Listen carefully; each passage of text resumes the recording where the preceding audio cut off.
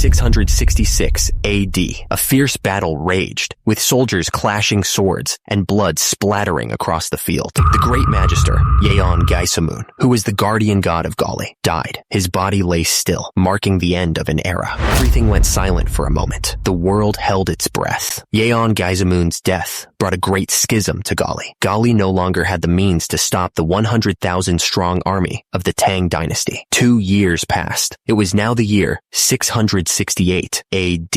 A blade flashed in the sun. A man kneeled on the wooden platform, awaiting death. Below, other soldiers looked on, and as he cried out, "Father, please spare me!" a general sat high on his horse, sneering at the Gali soldiers. He laughed. "Look at those Gali bastards trembling. Ooh, ha ha ha." The fighting continued without end. The man on the platform continued to beg, his voice cracking with fear. "Spare me. Please spare me. I beg you." A soldier responded coldly. "Blame your misfortune of being born in the wrong country." The man could only groan in despair. The executioner raised his sword, bringing it down with a sickening thud. Blood splattered across the platform. They gasped, recognizing the red three-legged crow flags in the distance. Gasp! Those people are the red three-legged crow flag? The cavalry charged forward, their armor gleaming in the sun. The soldiers shouted in excitement. "It's the black armored demon cavalry. Gali's cavalry has arrived." The soldier yelled at the top of his lungs, trying to keep everyone calm. "Do not panic." He looked absolutely furious. The general sat high on his horse, surrounded by his troops. He spoke with arrogance, believing their victory was assured. He gestured with his sword, declaring that the Gali scum were no match for them. A commander rode a war boar and charged straight toward the enemy. He shouted his challenge over the din of battle. "I'll show you, black armored demon cavalry commander. Face my spear." The black armored demon cavalry charged forward with unstoppable momentum, their hooves pounding the earth. They were a storm of steel and fury, ready to crash into the enemy lines. In a flash, the general's blade cut through the air, meeting its mark with deadly precision. The enemy commander on the war boar didn't even have time to react before he was struck down. The troops watched in stunned silence as the general's attack landed. They couldn't believe what they had just witnessed. The general, in a single stroke, the general stood tall over the fallen commander, his sword dripping with blood. The air was thick with the smell of death, a testament to his overwhelming power. Panic surged through the ranks as the troops realized the battle was turning against them. "Saint, stop him!" they screamed, desperate to stop the general's advance. The battle was a storm of steel and blood, a brutal dance of death. Soldiers screamed as they fell, their cries lost in the roar of combat. More and more soldiers fell, each death a brutal punctuation mark in the ongoing carnage. The air was thick with the smell of blood and the sounds of dying men. Ground was littered with corpses, a testament to the ferocity of the fighting. The realization hit like a hammer. The black armored demon cavalry. Another soldier lay lifeless among the carnage. A voice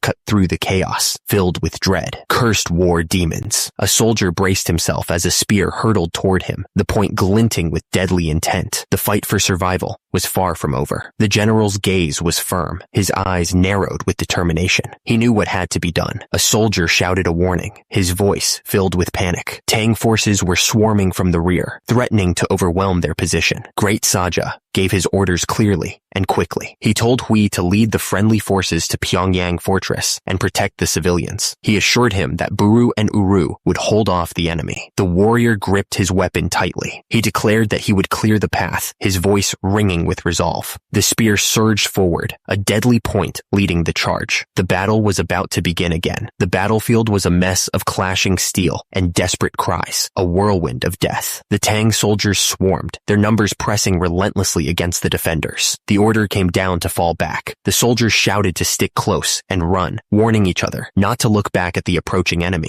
One soldier stepped forward, pleading with the general to let him fight. He declared that he wanted to protect his family and Gali with his own hands, his voice cracking with emotion as he addressed the general as his father. The soldier repeated his plea, his eyes fixed on the general. He was determined to fight, no matter the cost. The general paused, his expression unreadable. He asked the soldier if he could ride a horse, explaining that if he couldn't ride, he couldn't fight. The soldier stammered, unable to answer. The general commanded his men to give the young soldier a horse. He then told his son that was enough, and he needed to go protect his mother and sibling. The general's voice was stern, but his eyes betrayed his worry. The general shouted out his next orders, his voice booming across the field. He commanded everyone to gather the elderly, children, and wounded, and head for Pyongyang Fortress. There was no time to waste. The general's son turned to look back at the battlefield, his expression filled with worry. He knew he had to obey his father's orders, but leaving him behind felt like a betrayal. The boy looked towards his father, pleading with him to come back alive. Far behind him, the army marched forward, a sea of soldiers ready to face the enemy. The enemy commander roared, his face contorted with rage. He commanded his troops to not let a single one escape, his voice echoing across the battlefield. The soldiers marched forward, their voices rising in a unified roar. The ground vibrated with each step they took, a deafening thud echoing across the field. A group of civilians sprinted towards the fortress gates, their faces etched with fear. They desperately hoped to find safety behind the thick stone walls and the large, imposing red door. The scene outside the gate was one of utter despair. Injured and exhausted, the civilians begged for the soldiers to open the gates, their voices filled with desperation. The soldier stood guard, his face unreadable, as he listened to the pleas from outside. He looked like he was struggling with his duty, torn between orders and compassion. Tears streamed down the civilian's face as they pounded on the gate, begging for help. Their cries echoed in the courtyard, a desperate plea for salvation. The captain of the guard looked grim as he spoke. He asked if there was truly no other way to avoid this disaster. The soldier knelt, his voice filled with despair. He said to kill him, knowing the enemy's numbers were too great to overcome. Someone started laughing, a crazed sound that filled the air. The laughter suggested they had clearly lost it. The captain of the guard, under Emperor Demudiok Yahello, urged his leader to escape. He warned that the encirclement was tightening, and there was no time left. The emperor lamented that he had failed to protect the nation, founded by King Dongmyung. He wondered where he could even go. The captain responded that a ship had been prepared, urging him to sail south, gather his forces, and rebuild. Emperor Demudiok Yahello lay there, staring up at the ceiling. He looked like he had given up, completely drained of hope. The emperor wondered who was left to fight if they gathered their forces. Was there anyone still willing to stand against the enemy? The captain of the guard interrupted, asking if the great Saja,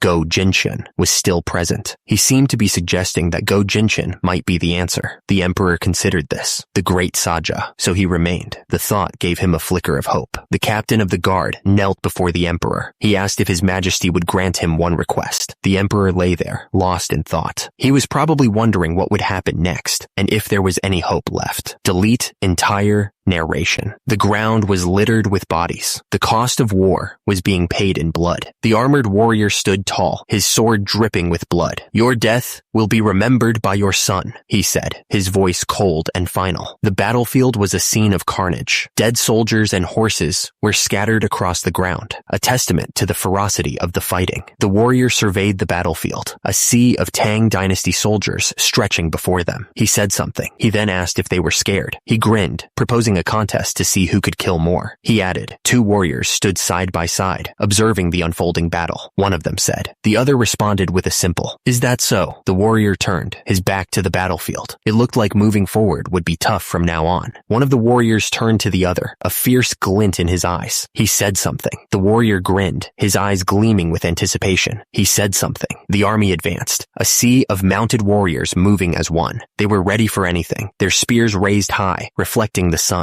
From above, the battlefield spread out like a chessboard, with soldiers lined up on both sides. It was a terrifying sight, the calm before the storm. The fighting was about to begin. It was time to see who would survive. The warrior smiled, a glint in his eye. He was looking forward to the fight, ready to spill some blood. The final battlefield should be quite thrilling. The warrior's face was grim, his eyes narrowed with determination. He vowed that not a single enemy soldier would set foot inside Pyongyang Fortress. 2 men stood in the doorway, talking quietly. The air was thick with anticipation as they wondered what was about to happen. A lone rider approached the fortress gates, the sound of his horse's hooves echoing. People stopped what they were doing to watch him arrive, wondering what news he carried. The great Saja Go Jinshun obeyed the Yolji's command, and ordered everyone to retreat. The soldiers exchanged worried glances, questioning the order. One asked if retreating would put Pyongyang fortress in danger, but the other suggested that the Yolji must have a plan. The officer barked out orders, telling everyone to move to the ships prepared at the port. They were to await further instructions, but the urgency in his voice was clear. The soldiers figured that the Yolja intended to sail south and regroup his forces. One of them scoffed, calling him a noble. The soldier spat, saying that the Yolja had ruined the country and fled, looking pathetic. He muttered that he should have put a hole in his skull himself. He then shouted for the general. A messenger arrived, reporting that a Tang cavalry force of 500 was pursuing a carriage that had left Pyongyang fortress. He assumed it was another noble fleeing. The messenger's eyes widened as he realized something. The carriage had the Yolja's flag flying on it. The officer yelled, ordering the guards to form a shield. He told them to stretch out to cover the carriage, not letting a single arrow through. The Tang cavalry raced across the open land, kicking up dust. They were gaining on the carriage, determined to catch it. The soldier called out to the general, saying he would buy time and asking him to go on ahead. Go. Jinxian refused, saying that was nonsense. Someone shouted for the vice captain of the guard, calling out to him. The soldier looked at the others and yelled that they had to protect His Highness, the Crown Prince. The soldiers around him raised their spears, ready to defend the carriage at all costs. The rider coughed, blood splattering from his lips. He tasted iron and pain, knowing he'd taken a bad hit. Another rider went down, the force of the blow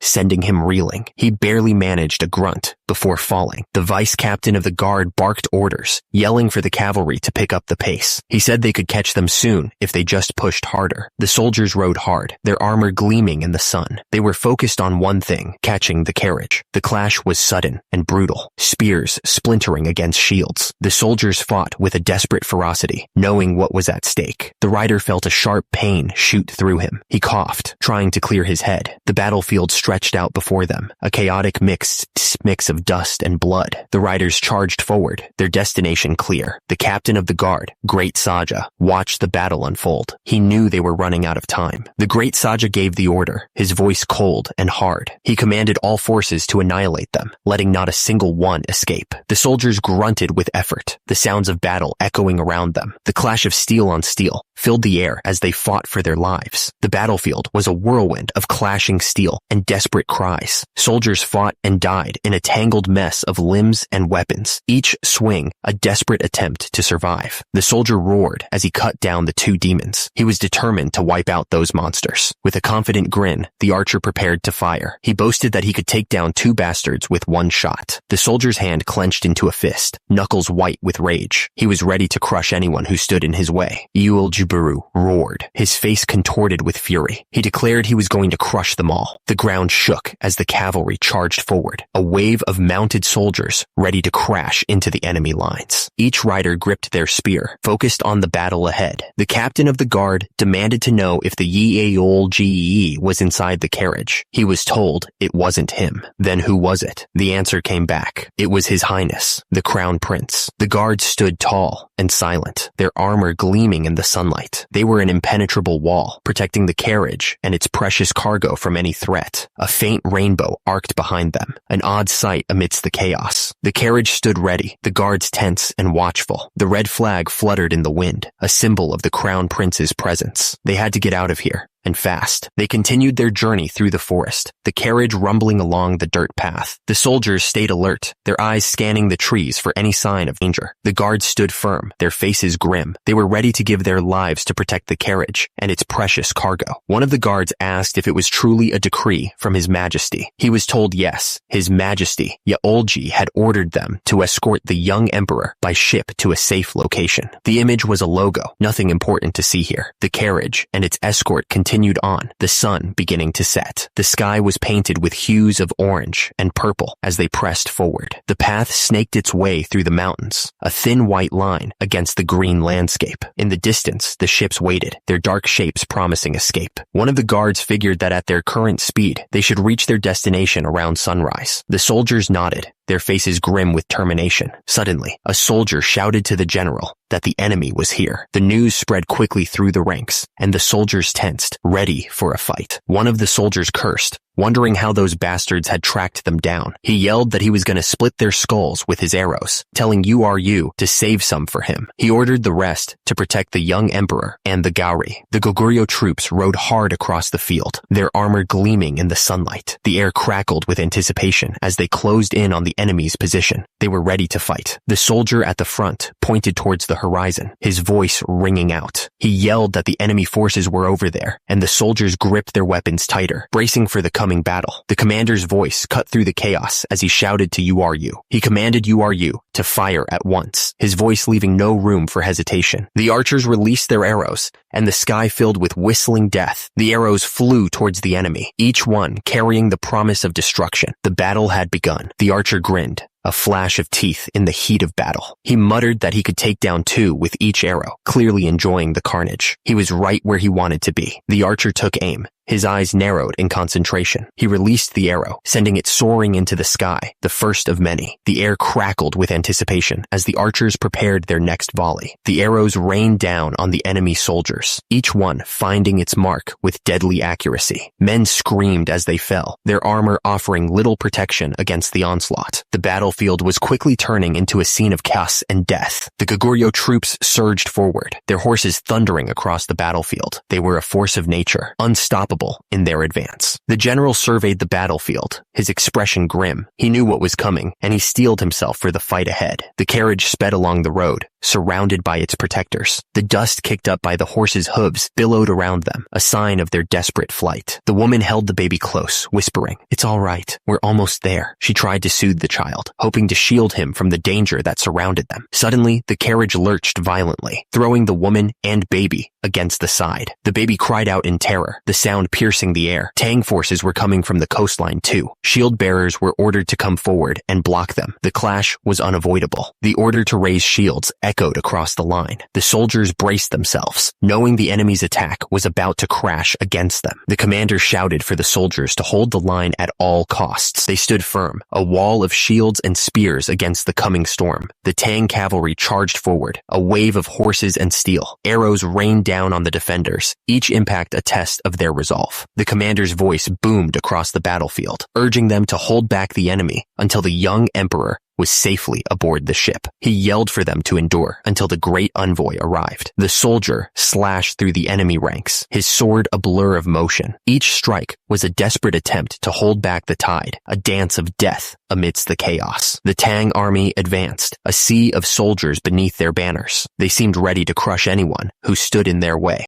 Wei Cheng-hyun introduced himself as the true guard general of the great Tang Empire. He believed victory was already his. Wei Cheng-hyun offered them a deal, saying that if they surrendered, he would ask His Imperial Majesty to let them fight for the Tang Empire. He waited for their answer. An arrow flew towards Wei Cheng-hyun in response to his offer. Wei Cheng-hyun's face twisted in shock as the arrow pierced him. He had just begun to say he would make them his right hand, mistaking their intent. The arrow flew true, piercing right through Wei Cheng-hyun. The boastful general was silenced in an instant, his arrogance replaced with shock. He added that the guy looked just like Taizong, the same Taizong of Tang who lost an eye after being struck by an arrow in the Battle of Ansi Fortress. The leader gave a curt order. HWW, I should go. His tone left no room for argument. The man raised his sword high, yelling for all troops to ready themselves. The troops surged forward with a battle cry, weapons raised. The clash of steel and the screams of the wounded filled the air as the two armies collided. Wei Cheng-hyun's face was twisted in pain as he fell backwards, defeated. Below, the cavalry charged forward, ready to avenge their fallen general. The ground trembled beneath the hooves of the charging horses. The cavalry was like a storm, sweeping across the battlefield and crushing everything in their path. The soldiers braced themselves, forming a shield wall against the oncoming attack. The ship behind them loomed large, a symbol of hope and escape. The soldier's face was grim as he surveyed the battlefield, his eyes filled with a mix of determination and sorrow. All around him, bodies lay scattered, a stark reminder of the cost of war. A soldier shouted that the great army and the cavalry had arrived. A wave of relief washed over the troops as they saw their comrades charging onto the battlefield. Panic spread as the soldier yelled that the Tang troops were closing in fast. He ordered everyone to board the ships as quickly as possible. They needed to move like their feet were on fire if they wanted to escape.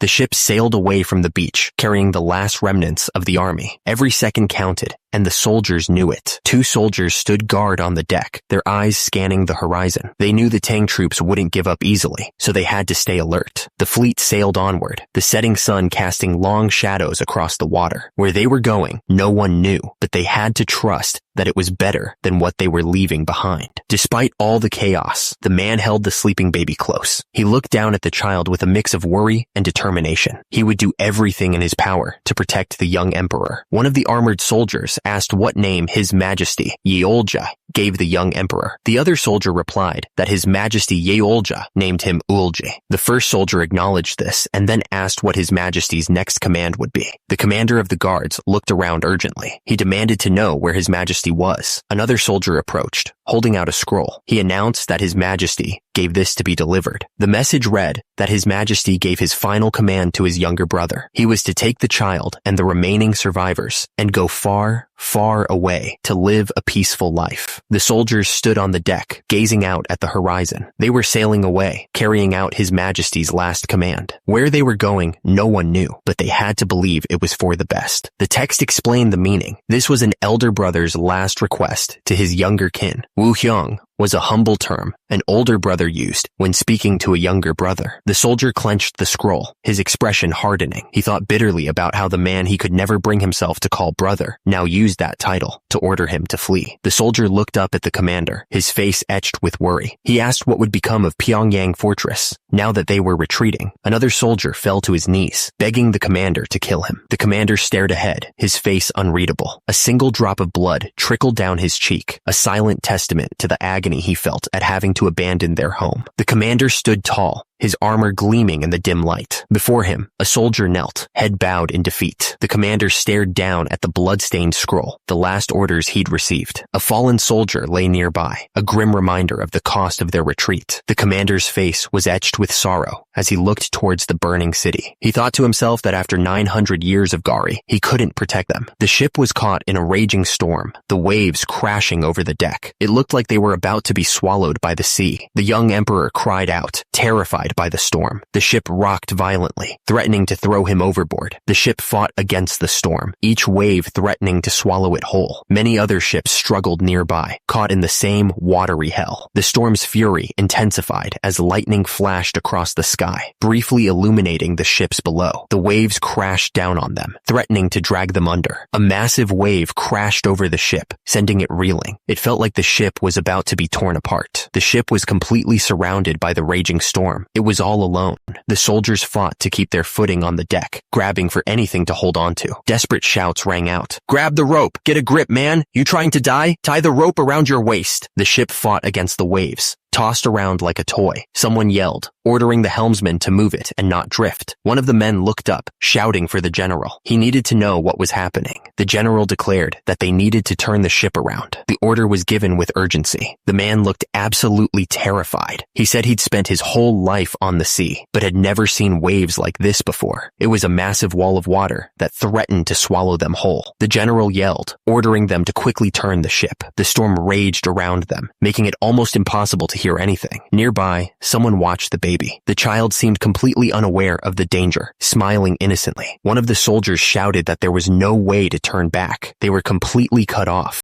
The general screamed at the top of his lungs, ordering them to push through the massive waves. His voice was full of desperation. Another soldier raised his sword, declaring that this was His Majesty Yolja's will and the battle of the Gari Navy. He looked absolutely determined. The soldier stood firm against the storm, raising his sword high. Lightning crackled around the blade, but he didn't flinch, his eyes fixed on the raging waves ahead. The order to break through the dark echoed across the ship. The fleet was tossed about like toys in a bathtub, each ship fighting its own battle against the monstrous waves. The storm seemed determined to swallow them whole, and the air was thick with the roar of the wind and the crash of the sea. On deck, the soldiers clung to anything they could find, their faces grim but resolute. The wind howled around them, and the rain lashed down like whips, but they stood their ground, ready to obey the general's command. The water churned and foamed, a swirling mass of chaos that threatened to pull the ships under. Each wave was like a mountain crashing down, testing the strength of the vessels and the courage of the men aboard. The ships were caught in a maelstrom of wind and water, tossed about like toys. Waterspouts danced across the surface of the sea, each one a swirling tower of destruction. Suddenly, a blinding light erupted from the heart of the storm, washing over everything. It felt like the world itself was being torn apart. Someone called out to the young emperor, their voice barely audible over the storm.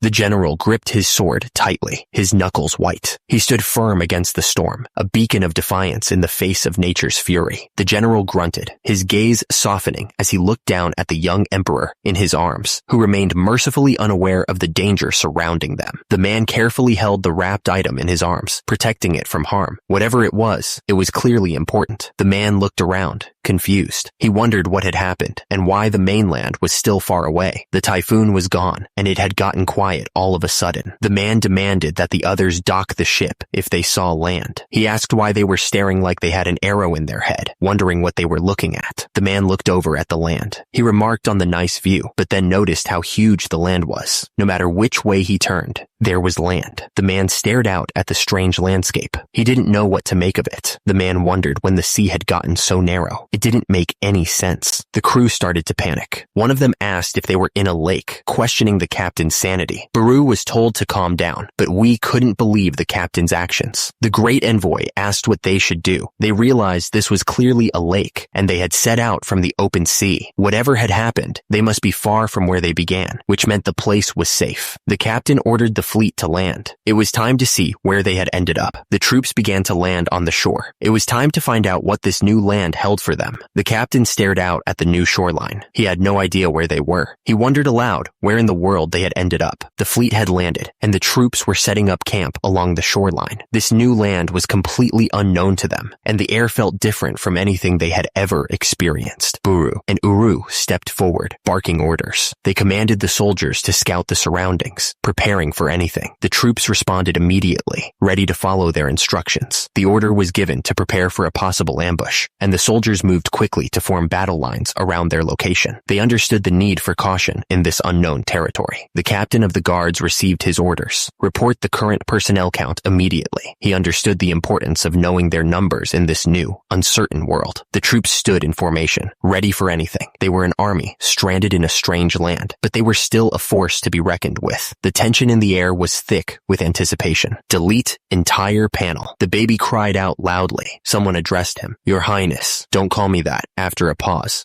Understood. Then I'll just step aside for a moment. Someone asks, what's the matter? It seems you saw Sophie. Is that so? The three men stood around the baby, looking down at it. They seemed unsure of what to do next, their faces showing a mix of concern and curiosity. The man stared intently, his eyes narrowed with determination. He demanded that something be changed immediately, his expression leaving no room for argument. The three men looked down at the baby again, their faces now etched with worry. They seemed to realize the gravity of the situation, their concern growing with each passing moment. The man's voice boomed across the area, his face contorted with urgency. He shouted for someone to call the captain of the guards, his command echoing through the air. The man's voice was hoarse as he called out for the captain. He desperately needed the captain's leadership, his shout carrying a sense of urgency and desperation. The soldiers moved through the forest, their steps carefully planned. From above, their formation looked like a well-oiled machine, ready to strike at any moment. One soldier said they only needed one wild boar from Gojo Mountain, but then immediately contradicted himself, pointing out there wasn't even a single ant in sight. He then scolded someone else as a little brat for being rude to an elder.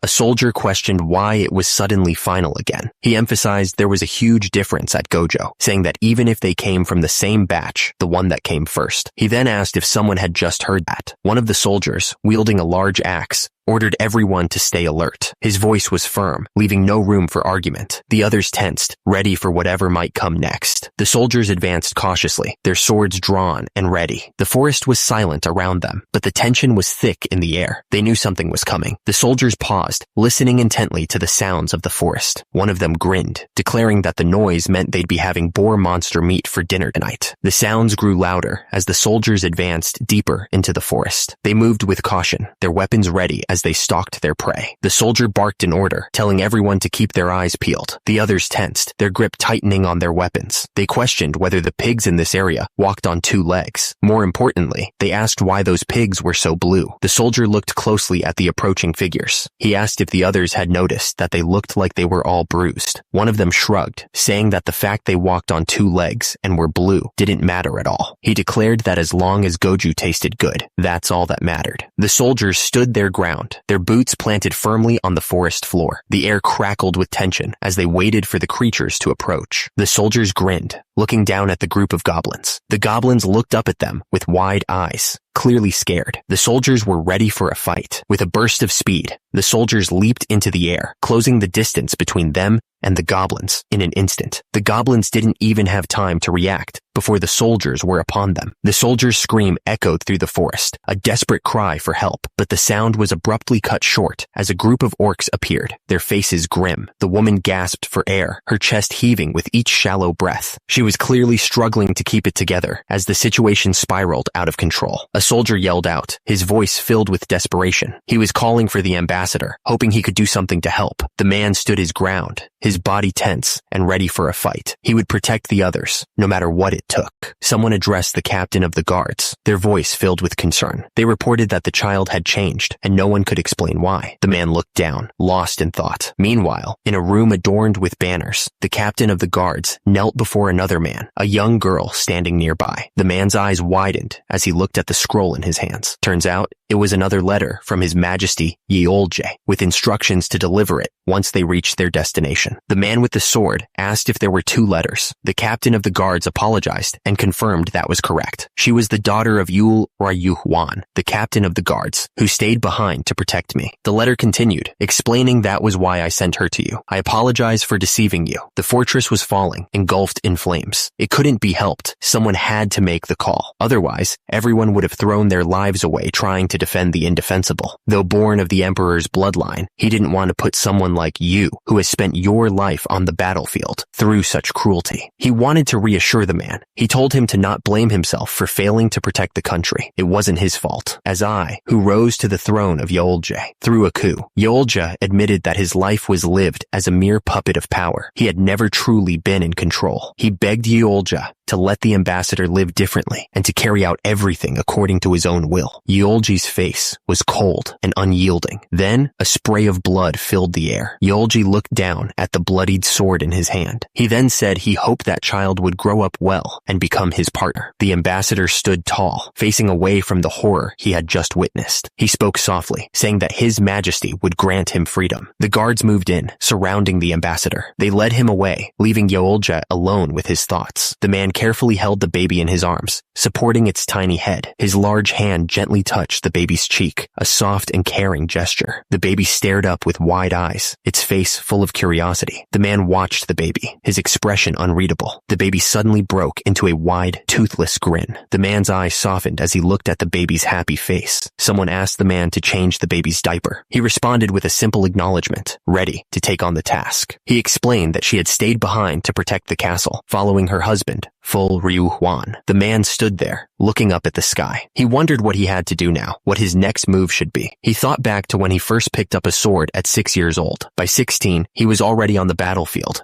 ready to fight. He remembered when they abandoned their homeland and fled. He was at the very front, fighting to protect everyone. As someone born from the emperor's bloodline, even if he was a bastard, his duty was clear. He had to protect the empire, no matter what it took. But now, standing on this strange shore, the reason for his existence seemed to have vanished. What was he supposed to do now? He stared up into the sky, the colors shifting above him. What then should he draw his sword for? What was his purpose here? Inside the tent, a scout reported on the surroundings. He had scouted the forest near Gojo, but found no enemies. The scout reported that the atmosphere of the forest was different from Dong or Sila. Some of the trees looked a bit different too. But the strangest thing was the creatures walking on two legs. The general looked absolutely furious. He demanded to know what the meaning of the interruption was. Had an enemy appeared? The soldier stammered, his eyes wide with fear. It seemed heaven was angered. What? Heaven was angered? The soldier hesitated, unsure of what to say. He looked up at the sky, trying to find the right words to describe what he was seeing. The soldier finally spoke, pointing up at the sky. He said that the moon had given birth, and the offspring were twins. He looked at the others with a strange expression. The soldier looked up at the sky in disbelief. He pointed out that the moon wasn't giving birth, and the stars were different too. It was like they were in a completely different world. The other man listened carefully, taking in the bizarre news. The officer tried to remain calm, saying that at least they didn't have to worry about the Tang army right now. The other soldier agreed, but his face showed he wasn't convinced. The officer repeated himself as if to convince himself. Delete entire description. The S name was displayed. Delete entire description. The orcs charged, weapons raised, ready to attack. One of them yelled at the pig, demanding to know where it thought it was going, and triumphantly announced that he had caught the blue pig. A man stood firm, his expression stern. He commanded the pig to hold still, his voice filled with authority. The man frowned, deep in thought. He wondered if the pigs here walked on two legs naturally, or if they were actually people wearing pig masks. The orcs continued their assault on the pig, swinging their weapons wildly. The pig, surprisingly, kept repeating, "Let's talk human," over and over. One of the men commented that the pigs sounded like they were talking like people. The other man looked at him strangely, asking what he was talking about and if he had ever seen a pig talk. The first man paused, then admitted that was true. The man tickled the orc relentlessly, telling him to hurry up and just die already. The orc screamed from the tickling, squirming in the man's grasp, desperate for it to stop. The man continued to beat on the orc, unimpressed by the screaming. He found the whole thing pretty noisy, actually, like the orc was doing it on purpose to annoy him. One of the men wondered what was going on. The other man replied that they were performing some kind of ritual, though what kind, he didn't know. Woo! And another man continued to beat the pig. One of them wondered why they were tickling it, suggesting a smiling sacrifice would be better. He then told URU to tickle him properly, because they had to keep him smiling. Great Lion told BURU and URU to stop what they were doing. BURU asked why he was interrupting them. Great Lion said they could do the ritual later, because they needed food first. The man with the axe was told that since the pig was blue, it might be sick. Suddenly, a voice called out. The general sighed, asking what it was this time. Had a dog or a cow started walking on two legs? He then asked how they even knew about it. Everyone stared in stunned silence. The air crackled with tension as they tried to process what they were seeing.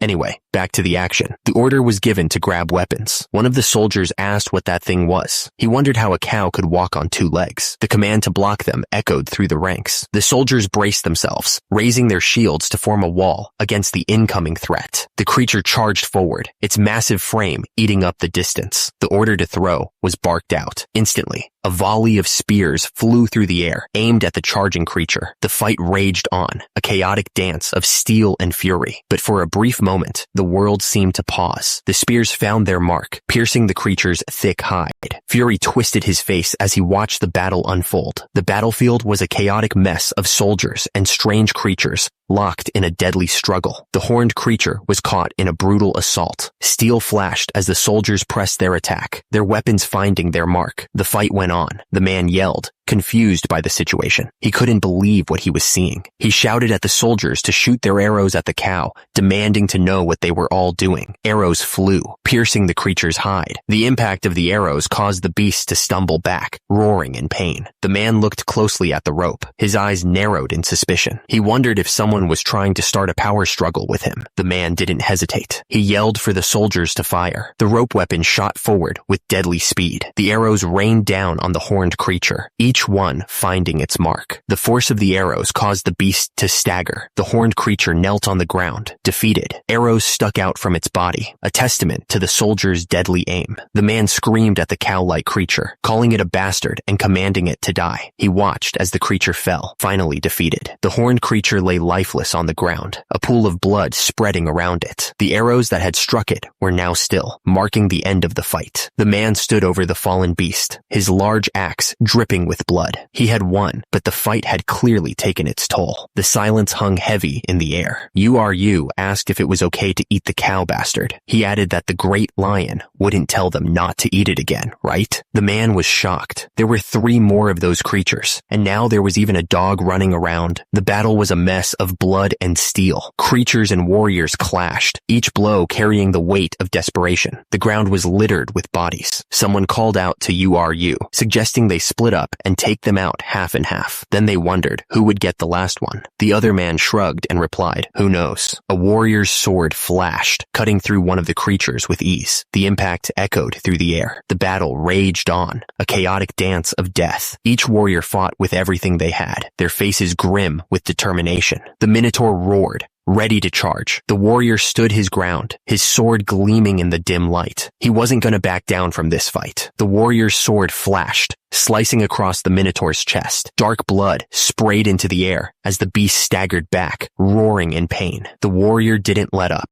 The warrior looked up, his face etched with concern. Something wasn't right. He could feel it in the air. Another warrior struck a creature hard, his fist connecting with a sickening thud. The force of the blow sent the monster stumbling back. He wasn't messing around. The warrior plunged his sword deep into the monster's back. The creature let out a final, guttural cry as it collapsed to the ground. The fight was far from over, but this one was done. The warrior didn't waste any time. He swung his sword with incredible speed, slicing right through the Minotaur's chest. Blood sprayed everywhere as the beast roared in pain. The Minotaur crashed to the ground, defeated. The warrior stood over the fallen beast, panting slightly. The battle had been fierce, but he had come out on top. The rest of the warriors arrived, surveying the scene. The ground was littered with the bodies of Minotaurs and horses, a testament to the battle that had just taken place. They had won, but at a cost. One of the warriors spoke up, explaining the strange sensation. He said that the gravity here was weak, which is why their armor, weapons, and even their own bodies felt lighter than usual. The other warrior listened intently, processing the information. So that's why, he thought. It all made sense now. This new world was full of surprises. The warrior didn't hesitate. He swung his sword down, slicing the Minotaur from shoulder to waist. Blood splattered as the beast roared in pain. The ground shook violently as the massive Minotaur crashed down. Dust and debris flew everywhere as the earth cracked under the weight. The Minotaur looked down at its chest, confused. How could he have lost so easily? He didn't understand what was happening. The warrior calmly sheathed his sword, the metal sliding smoothly into the scabbard. Blood dripped from the blade, a testament to his victory. The warrior gripped the hilt of his sword, a smirk playing on his lips. He thought to himself that those Tang bastards wouldn't stand a chance against him right now. What a shame. The soldier didn't hesitate. He drove his blade into the werewolf, piercing its chest. The creature screamed in pain, blood spurting from the wound. The remaining werewolves charged forward, their claws bared and teeth snapping. The soldiers braced themselves, knowing they were outnumbered and outmatched. The air filled with the sounds of battle. The leader ordered Buru to chase down the remaining enemies and wipe them out. He also told him to expand the search area and find out what else was out there. Buru simply replied that he understood. The forest stretched out before them, a sea of green that seemed to go on forever. The trees were tall and thick, their branches intertwined to create a canopy that blocked out the sun. It was a place of mystery and danger. The man yelled for Sarah to get the village. He then called out for Mr. Varen. Something was definitely wrong, and they needed to act fast. The man yelled for them to hurry. Below, the woman looked terrified, tears streaming down her face, clearly in a panic. The man notched an arrow, pulling back the string with practiced ease. He scanned the forest, his eyes narrowed in concentration as he prepared for whatever was coming. He spotted the ogre in the distance, its massive form lumbering through the trees. The hunter knew he had to act fast if he wanted to protect the woman. The hunter yelled at the ogre, calling it a stupid ogre and daring it to come closer. He was trying to draw its attention away from the woman. The ogre roared in pain, the arrow sticking out of its shoulder. It looked absolutely furious. He called out desperately to someone, his words trailing off. The world seemed to hold its breath for a moment. Time stood still. Sarah tripped and fell hard, sprawling onto the forest floor. The ground rushed up to meet her face. The man yelled at the ogre, cursing it and daring it to come eat him instead. Sarah screamed, "No!" a sound of pure terror. He grabbed Sarah and ran as fast as he could through the trees. He had to get get her away from whatever was out there. He looked at something in the distance. What's that thing? It's bigger than a cow, he said, alarmed. Sarah started to regain consciousness, making confused sounds. Huh? W, she mumbled weakly. A dwarf appeared before them. You were in danger, young lady, the dwarf said to Sarah. The man stared in shock. A dwarf? He exclaimed. The dwarf stammered, barely able to speak. Eminai, that was close. Eminai looked at him in disbelief. Dwarf? Eminai gave the dwarf a strange look, clearly confused. Dwarf? What's that supposed to mean? Suddenly, a voice shouted a warning. The dwarf looked up, startled. The ground shook as something massive crashed down. Dirt and rocks flew everywhere from the impact. Back in the forest, the dwarf continued to carry EMI-NAI, looking around cautiously. The girl's eyes widened in horror as she looked down at the body. Reflected in her pupils, she saw the figure responsible for the brutal attack. The attacker swung down with incredible force, the blade slicing through the body. A spray of blood and gore filled the air as the body split apart. The man and the girl stood frozen, their faces etched with disbelief. The scene before them was a gruesome display of power. The man yelled in disbelief as he watched the ogre fall. It was unbelievable. The ogre went down in one hit. The man stood over the fallen ogre, breathing heavily. The air was thick with the smell of blood and death. The story continues. Someone observed that it must be high order, EMINNAI, commenting that it wasn't bad. BRU spoke in what seemed like another language. Great Rune, BRU, Nalere, Irene, BRU, which was translated as asking for forgiveness and thanking the Earth Clan. Back at the camp, soldiers were moving around. Someone told Soraya not to worry. Soraya told her uncle that she was too hurt to move. She insisted that he escape and warned the village. The uncle refused to leave her alone. He told her to stop babbling. The uncle told Soraya to speak so he could understand her. He tried to reassure her, saying that if an orc bites you, but you keep your wits, you survive, right? He was clearly trying to stay positive. Someone noticed a woman with golden hair. Her skin was so pale, it was almost unreal. He wondered if all the locals were this gorgeous, and if this was the West. The man doubted that the people were punitive force soldiers. He reasoned that there were no black hair, black eye troops in the kingdom. He was trying to figure out who they were. Ji Woong Sam told someone to beat it, clearly annoyed by their staring. He looked absolutely furious. The camp was a hive of activity, soldiers running in every direction. It seemed like something big was about to happen. Ji Woong Sam tried to communicate with the locals. Locals, I guess. Guiltio, can you understand us? He asked, trying to figure out if they could communicate. Guiltio replied that High Order had told them his name, but he couldn't grasp anything else they were saying. The group waited, watching Ji Woong Sam try to make sense of the situation. They needed to figure out where they were and how to get back home. He realized that they didn't know exactly where they were. He shouted to the soldiers. Besides the walking pigs and cows,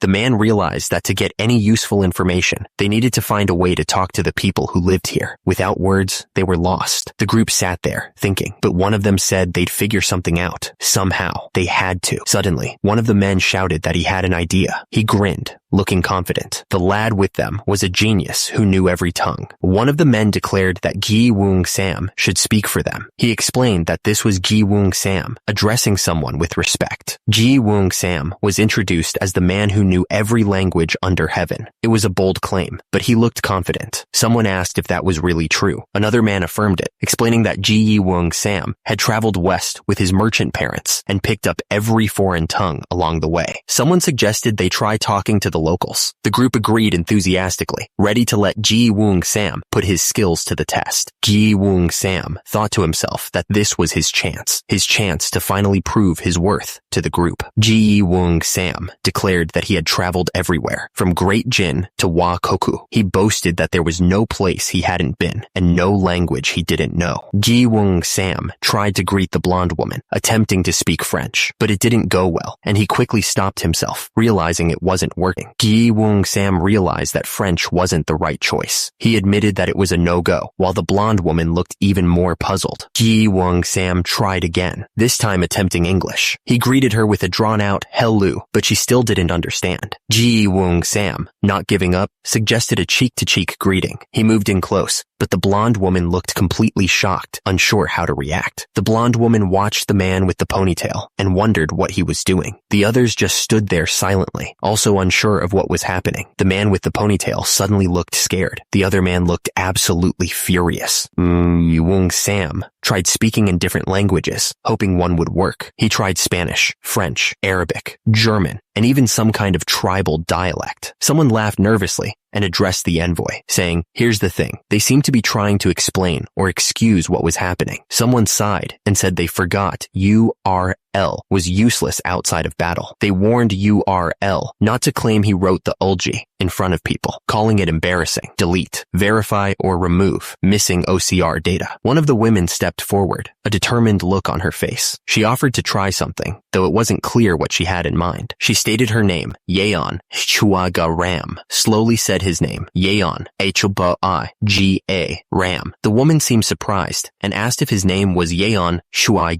Ram. Yeon Shui Ga Ram, then asked the woman for her name. She paused for a moment before answering simply, Sarah. The crowd murmured amongst themselves, finally understanding that her name was Sarah. Yeon Shui Ga Ram looked absolutely pissed. He realized that was all it took, and he already knew her name. He was frustrated, muttering that he had even called her name twice before. Someone was talking to BRU, thanking him and commenting on his good memory. The speaker was laughing heartily, clearly in high spirits. One of the men dismissed BRU's behavior, saying he was just talking nonsense and that they should let him have his fun. He suggested they call it a day. The man interrupted, saying he still had something to take care of. He looked determined. Night had fallen over the military camp, casting long shadows across the tents. The air was still, but the camp was bustling with activity. Inside one of the tents, two men sat at a table, the only light coming from a flickering candle. The atmosphere was tense, as if they were discussing something important. Baron Alvin sat at his table, calmly eating his food. He seemed unfazed by the chaos around him, already planning his next move. Night, Yuk Lion Teluman stood nearby, his armor gleaming in the dim light. He watched the Baron with a stern expression, ready to carry out whatever orders came his way. He reported that the mercenary band would soon seize the farming village, and referred to those fleeing the kingdom as vermin. He declared that he would make them pay for that. The military encampment bustled with activity, soldiers moving about their duties. Tents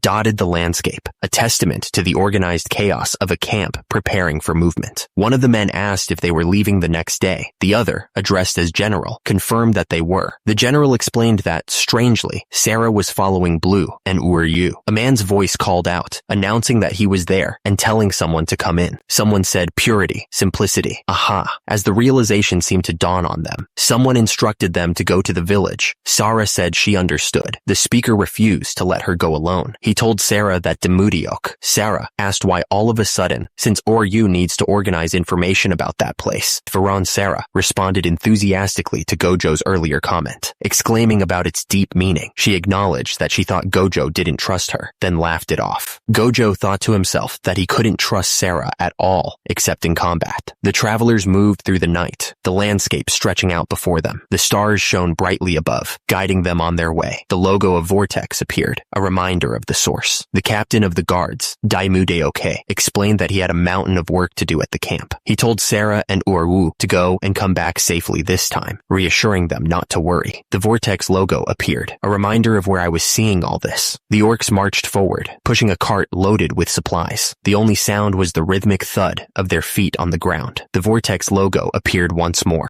One of the soldiers pointed into the distance and shouted, "I can see the village over there." "Everyone stop," someone shouted. "Hey, liar." The soldiers tensed, ready for anything. The man questioned if his harsh training was just a bonus, wondering if they even learned to speak in 10 days. He looked absolutely furious. The man riding the horse groaned, clearly annoyed. The other man shouted that they should stop talking and just ask if that was the right village, making sure his order was understood. The soldiers rode on, a tense silence hanging in the air. They were getting closer to the village, and everyone was on edge. Sam said that the villagers might be surprised, so Sarah and he would go first to explain the situation. He thanked Buru. A duck quacked nearby. Buru looked absolutely furious, his face contorted with rage. He swung his axe down at the man on the horse, shouting, asking if he thought he was equal to him and where he got off talking like that. Buru suddenly realized he was about to thank the guy, but he was still pissed that the guy used casual speech, calling him a little punk for it. Someone told Buru to stop, saying he was scaring the kid. Sarah didn't even seem surprised by his outburst. The man on the ground had a creepy smile on his face. He seemed to be enjoying the chaos. Buru came to the conclusion that saying thank you scares people. He figured he needed to warn the villagers about that first thing when they arrived. The village entrance was completely empty, not a soul in sight. An eerie quiet hung in the air, broken only by the gentle breeze. The man and woman walked into the village, looking around in confusion. The man wondered out loud where everyone had gone. Someone pointed towards the main square, urging them to hurry. There was a sense of urgency in their gesture, as if something important was happening there. They made their way to the village square, the buildings around them casting long shadows. The air was thick with anticipation, a feeling that something was about to happen. The man suddenly put a finger to the woman's lips, silencing her. He looked around cautiously, as if afraid of being overheard. The village chief looked up at Captain Miorin, demanding an explanation. He couldn't understand why Miorin hadn't stopped the orc horde, especially after promising to do so in exchange for food and money. A group of armed men stood behind Miorin, watching the scene unfold. The man leaned in close to the village chief, a sneer on his face. He wondered if the village chief was just naive because he was a farmer, or if he was simply too old and dull to understand what was happening. The man wrapped an arm around the village chief, his voice dripping with false concern. He explained that risking their lives to fight orcs wasn't worth it when they could make easy money by capturing everyone in the village. He chuckled at the thought. The man's expression hardened as he turned to his men, issuing orders. He told them not to injure the women and to avoid crippling the men, emphasizing the importance of their commodity value. The man's voice was cold and ruthless as he gave the final command. He ordered his men to kill anyone without commodity value. A group of villagers screamed as the mercenaries attacked, their cries echoing through the village square. The villagers screamed and begged for their lives as the mercenaries swarmed them. They cried out to their fathers, hoping someone would save them from this nightmare. A mother held her baby tight, tears streaming down her face. She begged the man to at least spare her child, clinging to the hope that some shred of decency remained. The man sneered down at her, his eyes cold. He told her it all depended on what she did. His words like a slap in the face. Without a second thought, the man kicked the woman. She went crashing to the ground, still desperately trying to shield her baby from the violence. A man screamed at the mercenary, calling him a bastard, but the mercenary didn't even flinch, continuing to kick the person on the ground with brutal force. The mercenary grinned, his teeth bared. He asked the village chief if living as a slave wasn't better than being eaten alive by orcs, his words dripping with sarcasm. All around, the villagers were getting beaten to the ground, their faces contorted in pain as the mercenaries kicked and punched them without mercy. The village chief, lying on the ground, lamented their decision to flee the kingdom's tyranny. He realized it was a mistake to trust people so easily, his voice filled with regret. He weakly warned Varen and Sarah to never come to this place. His words were a desperate plea, hoping to protect them from the horrors he was now facing. The village chief closed his eyes, wishing that at least those two would be safe from harm. His body was battered, but his spirit still held on to a flicker of hope. The village chief urged Sarah to quickly go and inform others about what was happening. He then turned to the unknown man and asked what he was going to do.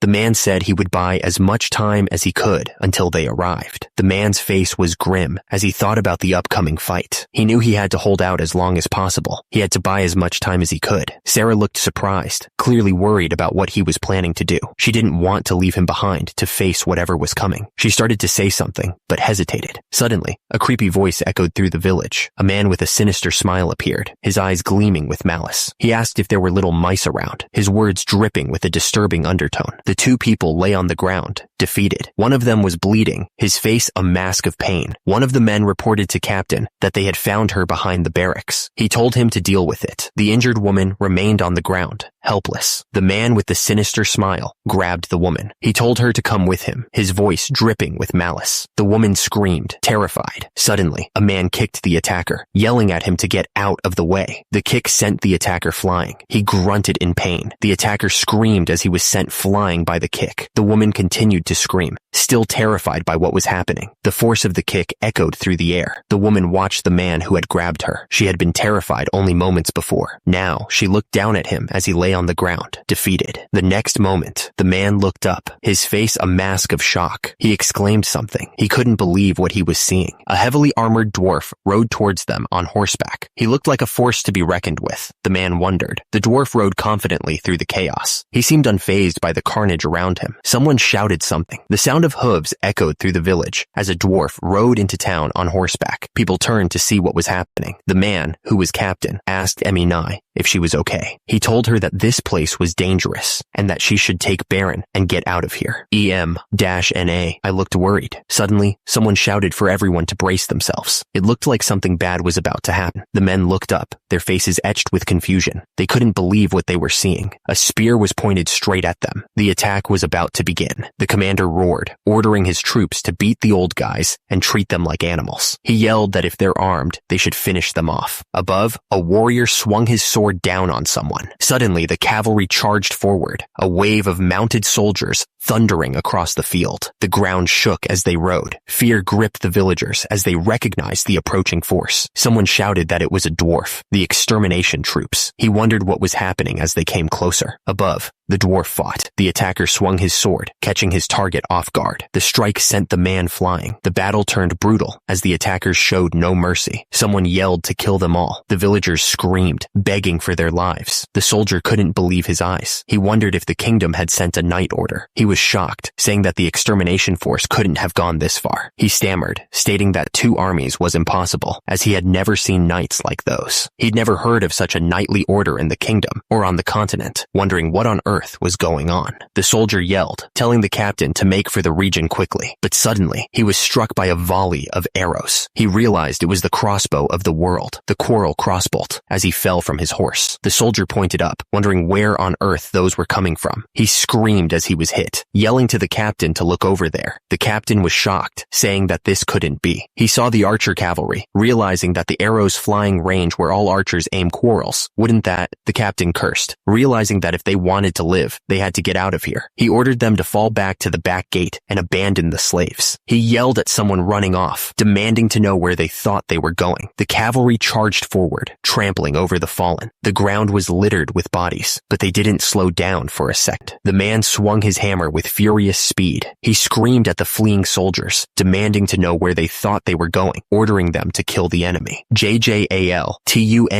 face twisted in rage. He was furious that someone had called him shorty, his least favorite word, and screamed at the offender to shut up. The cavalry thundered onward, their horses' hooves pounding the earth. A voice roared above the chaos, ordering them to kill the enemy without mercy. The attacker's fist connected with brutal force. The impact sent shockwaves through the victim, leaving no doubt about the attacker's intent. The soldiers ran as fast as they could, trying to get away. The leader watched them go, his face showing how surprised he was. The man screamed, warning that a dwarf was coming. Above him, the dwarf fell from the sky, crashing down. The dwarf's sword came down, stabbing right through one of the soldiers. The attack was quick and deadly. The man yelled at his troops, ordering them to do whatever it took to stop the dwarf. The dwarf was a major problem. The man with the axe watched the soldiers run, saying that they were doing a good job at running away fast, even better than regular soldiers. He thought it was ridiculous. Knights rode forward on their horses, their swords ready. They were getting ready to fight. The leader ordered his troops to take out the brats up front. He looked absolutely furious. The soldiers fought with everything they had, their swords meeting with deadly force. Blood splattered everywhere. The man told his troops not to waste time on those who were running away. He said there was an URU nearby that they needed to capture. The men picked up the pace on their horses, rushing to report what they'd seen. They had to tell Baron Alvin right away. Arrows rained down on the trench, finding their marks with deadly accuracy. The archers showed no mercy, their arrows piercing through flesh and bone. The kick landed with a sickening thud, sending the man sprawling to the ground. He landed hard, the air knocked out of him. He lay motionless on the ground, several arrows sticking out of his body. Blood seeped from the wounds, staining the earth around him. Another arrow was drawn back, the archer's hand steady and firm. He aimed carefully, preparing to unleash another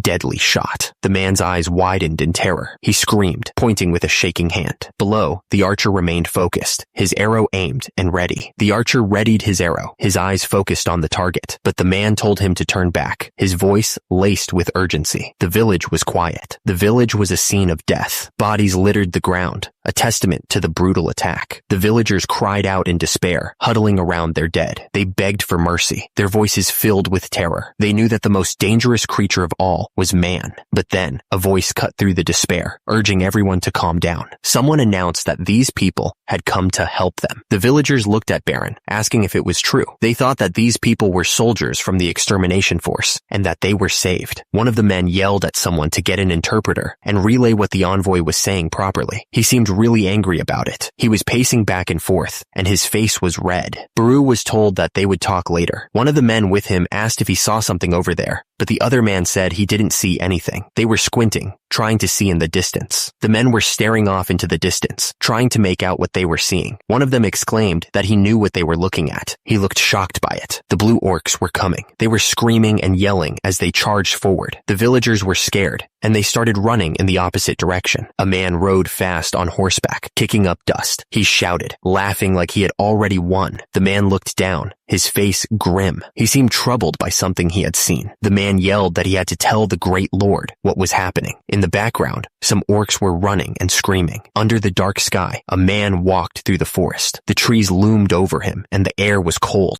A horde of orcs was charging forward, screaming. But then, a man yelled at the top of his lungs, calling someone a liar. The man ordered everyone to gather up every able-bodied man with a bow. The soldiers responded, yelling. Far away, the horde of orcs advanced, grunting and snarling as they moved through the forest. Their numbers seemed endless. The air grew heavy with anticipation. Everyone knew what was coming. One of the archers looked at his bow with confusion. He wondered what he was supposed to shoot with, since it wasn't a wooden bow. The man yelled, calling someone a liar. He ordered them to signal their white-haired friends when he gave the signal. He then demanded to know how many arrows were left. The soldiers reported their remaining arrows. 5, 7, 6. The man in charge listened intently, then ordered them to gather every last arrow into their quivers. Deep in the forest, the horde of orcs continued their advance. Their grunts echoed through the trees as they moved closer to the village. One of the archers looked at the advancing horde, a flicker of doubt in his eyes. He knew the bows were good, but could they really take down that many orcs from this far away? Suddenly, a chorus of screams erupted from the orc ranks. Something had them terrified. The archer grimly stated the obvious. If they didn't take down at least 2 orcs with every shot, they were all doomed. The odds were stacked against them. The order to fire rang out, and the archers released their arrows. The arrows flew with deadly speed, striking the orcs with brutal force. Deep within the forest, the orcs were suddenly ambushed. Something tore through their ranks, and they didn't even know what was happening. The man watched in disbelief as the orcs fell, unable to even see the arrows. He realized that these weren't just bows, they were magic items. He immediately ordered the Ghost Horse Brigade to follow him. He sprinted towards the door, his face etched with urgency. He had to get to the general. He shouted for the general, his voice filled with desperation. He needed to tell him what was happening. The man's eyes went wide as he shouted something. He looked absolutely terrified. Suddenly, the orcs were caught in a deadly ambush. They were being torn apart, not even knowing what hit them. The attack was clearly a hit and run. The enemy struck hard and fast, leaving the orcs in disarray. The orc laughed like a maniac. He cackled. The orc roared. He looked eager to chase down his prey. The orcs charged through the forest, their heavy footsteps shaking the ground. They ran as fast as they could, eager to get to the fight. An orc fell from the sky, taken completely by surprise. Below him, the men on horseback were ready for the next attack. The orcs stood their ground, weapons ready. Suddenly, one of them looked up, his face showing confusion. He wondered what was going on. Chief Mukable roared, threatening to tear apart anyone who dared to run from the humans. He was determined to lead his horde to victory. The orc raised his weapon high, promising victory to those who fought with him. He urged the warriors to show the humans the true valor of the orcs. Chief Mukable, the hero and strategist, roared out a command to his army. The orcs responded with a deafening cheer, shouting his name over and over. Chief Mukable's eyes burned with fury as he gave the order. He commanded them to split into 4 groups and attack the village without mercy. The orcs surged forward, their numbers overwhelming. They raced toward the village, eager to spill blood and cause chaos. One of the men looked completely shocked. He couldn't believe what he was hearing. Panic set in as the men realized the danger. Someone shouted for everyone to hurry back to the village and prepare for the attack. The orc roared, a guttural sound that echoed through the trees. He towered over the fence, ready to attack anyone who dared to stand in his way. The spear thrust forward with deadly speed. The orc didn't hesitate, driving the weapon straight through the man, felling him instantly. The orc stood over his fallen foe, blood dripping from his spear. He snarled, promising death to anyone else who dared to oppose him. The man lay motionless on the ground, his life extinguished in an instant. The scene of the attack was gruesome, a testament to the orc's brutal strength. Suddenly, the orc screamed in agony as an arrow pierced his arm. He stumbled back, clutching the wound and roaring in pain. The archer watched in desperation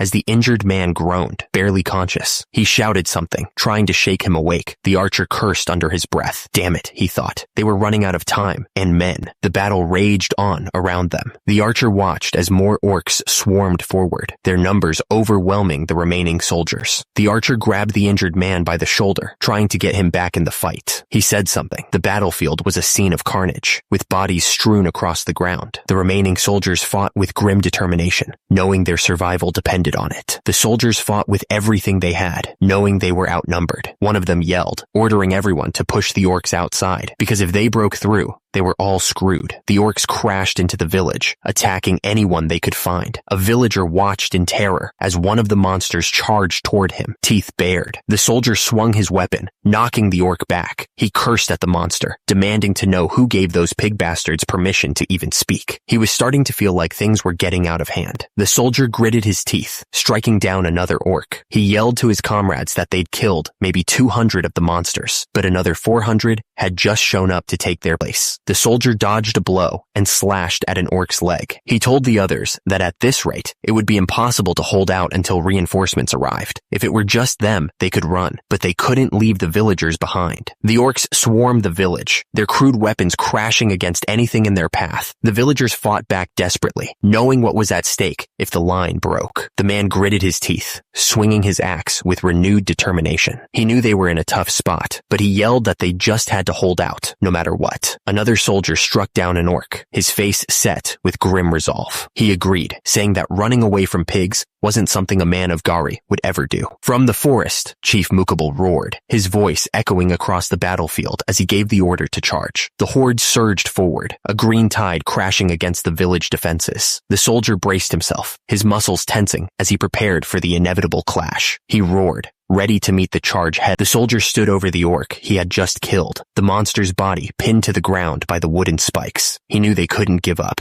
no matter how bad things got. They just had to hang in there. The soldiers stood their ground, spears ready, over the body of the fallen orc. One of them scoffed, saying that a real warrior wouldn't run from a pig like that. That's not what a man from Gari would do. From the darkness of the trees, Chief Mukable roared, his voice full of fury, as he ordered the horde to charge. The orcs surged forward, a wave of green muscle and crude weapons crashing towards the village. The soldiers braced themselves, preparing for the inevitable impact. Meanwhile, the orcs continued their relentless charge, their numbers seemingly endless. The two soldiers suddenly turned their heads, their eyes widening in surprise. One of them muttered, pointing towards the horizon, calling out for the Grand Envoy. The orc army stood ready, spears glinting in the dim light of the forest. They were ready to meet their enemies in battle, their numbers seemingly endless. The orc leader threw his head back and laughed, a sound that echoed through the trees. He was enjoying the thought of the upcoming battle, confident in his army's strength. The orcs laughed along with their leader. He ordered them to resume the pig hunt, eager to chase down the remaining villagers. The orcs swarmed the village, their crude weapons raised high. They were determined to kill every last villager, enjoying the terror they inflicted. The orcs continued their assault, their battle cries filling the air. The villagers screamed in terror as they were cut down, unable to defend themselves against the overwhelming force. The orcs began to move into a wedge formation, their spears pointed forward. They were ready to meet the enemy head-on, trusting in their numbers and strength. An orc squealed, spotting the approaching human cavalry. The orcs braced themselves, knowing the battle was about to begin. Very Lokwi, Varnaza, the strategist revolutionary of the orcs, announced himself, declaring he had spent his life preparing for this day. He told them that no matter how skilled the knights were, they'd never break through their wall of brave warriors, urging them to stand together and live, or scatter and die. The orcs began to chant, calling out for Mukul to unite. They raised their weapons, ready to fight as one. The orcs continued their chant, the sound echoing through the forest. They were ready to face whatever came next, their determination unwavering. The orcs continued to chant, calling out for Mukul to unite them. They raised their weapons high, ready to fight as one. The orcs kept chanting, but one of them wondered what the cavalry was doing. Another orc yelled that the cavalry would be crushed against their wall. The soldier realized that if the cavalry ran into the orc wall, they would be flung away. He found them to be a strange bunch. The Ghost Horse Brigade charged forward at full speed, ready to break through the orc lines. The Ghost Horse Brigade continued their charge, their speed and determination unwavering. The orcs stood shoulder to shoulder, forming an impenetrable wall of muscle and steel. They were ready to meet the charge of the Ghost Horse Brigade head-on, confident in their numbers and strength. An orc stood atop a rocky cliff, watching the human cavalry approach. He yelled that the human cavalry was running away from their might, mocking their supposed valor. The orcs roared with approval, their voices blending into a thunderous cheer. They chanted for the glory of the orcs, their excitement reaching a fever pitch. The man smirked, addressing the archers under his command. He asked them if they could possibly miss a target they could hit with their eyes closed, confident in their skill. The archers drew their bows, aiming with deadly precision. At the man's command, they released a volley of arrows, sending a storm of projectiles hurtling towards the enemy. The arrows rained down on the orcs, piercing through their armor. Many fell to the ground, defeated before they could even reach the village. Chief Mukabal stood atop a rock, watching the human cavalry. He noted that they were moving as expected, playing right into their trap. Chief Mukabal roared, his voice filled with urgency. He screamed at his warriors to scatter, hoping to minimize the damage. The archers' volleys continued to tear through the orc ranks. Orcs scattered in every direction, trying to avoid the deadly rain of arrows. The commander watched the orcs scatter, a smirk playing on his lips. He explained to his companion that they had foolishly banded together, making themselves easy targets. Very Lokwi, Rivarniza, declared that they were launching a full offensive counterattack. The orc general screamed for his soldiers to charge. Mukabal yelled for his warriors to form up. He urged them to unite and stand together against the enemy. The commander ordered the archers to loose their arrows. He then commanded them to scatter and disperse to avoid being caught in the counterattack. Mukabal desperately screamed at his warriors to form up. He then changed his mind and told them to scatter, realizing the situation was hopeless. An orc fell to the ground, lifeless. The arrow pierced his heart, ending his life instantly. The arrow found its mark, silencing the orc chief for good. Panic spread through the ranks as the orcs realized what had happened. They screamed about the loss of their leader.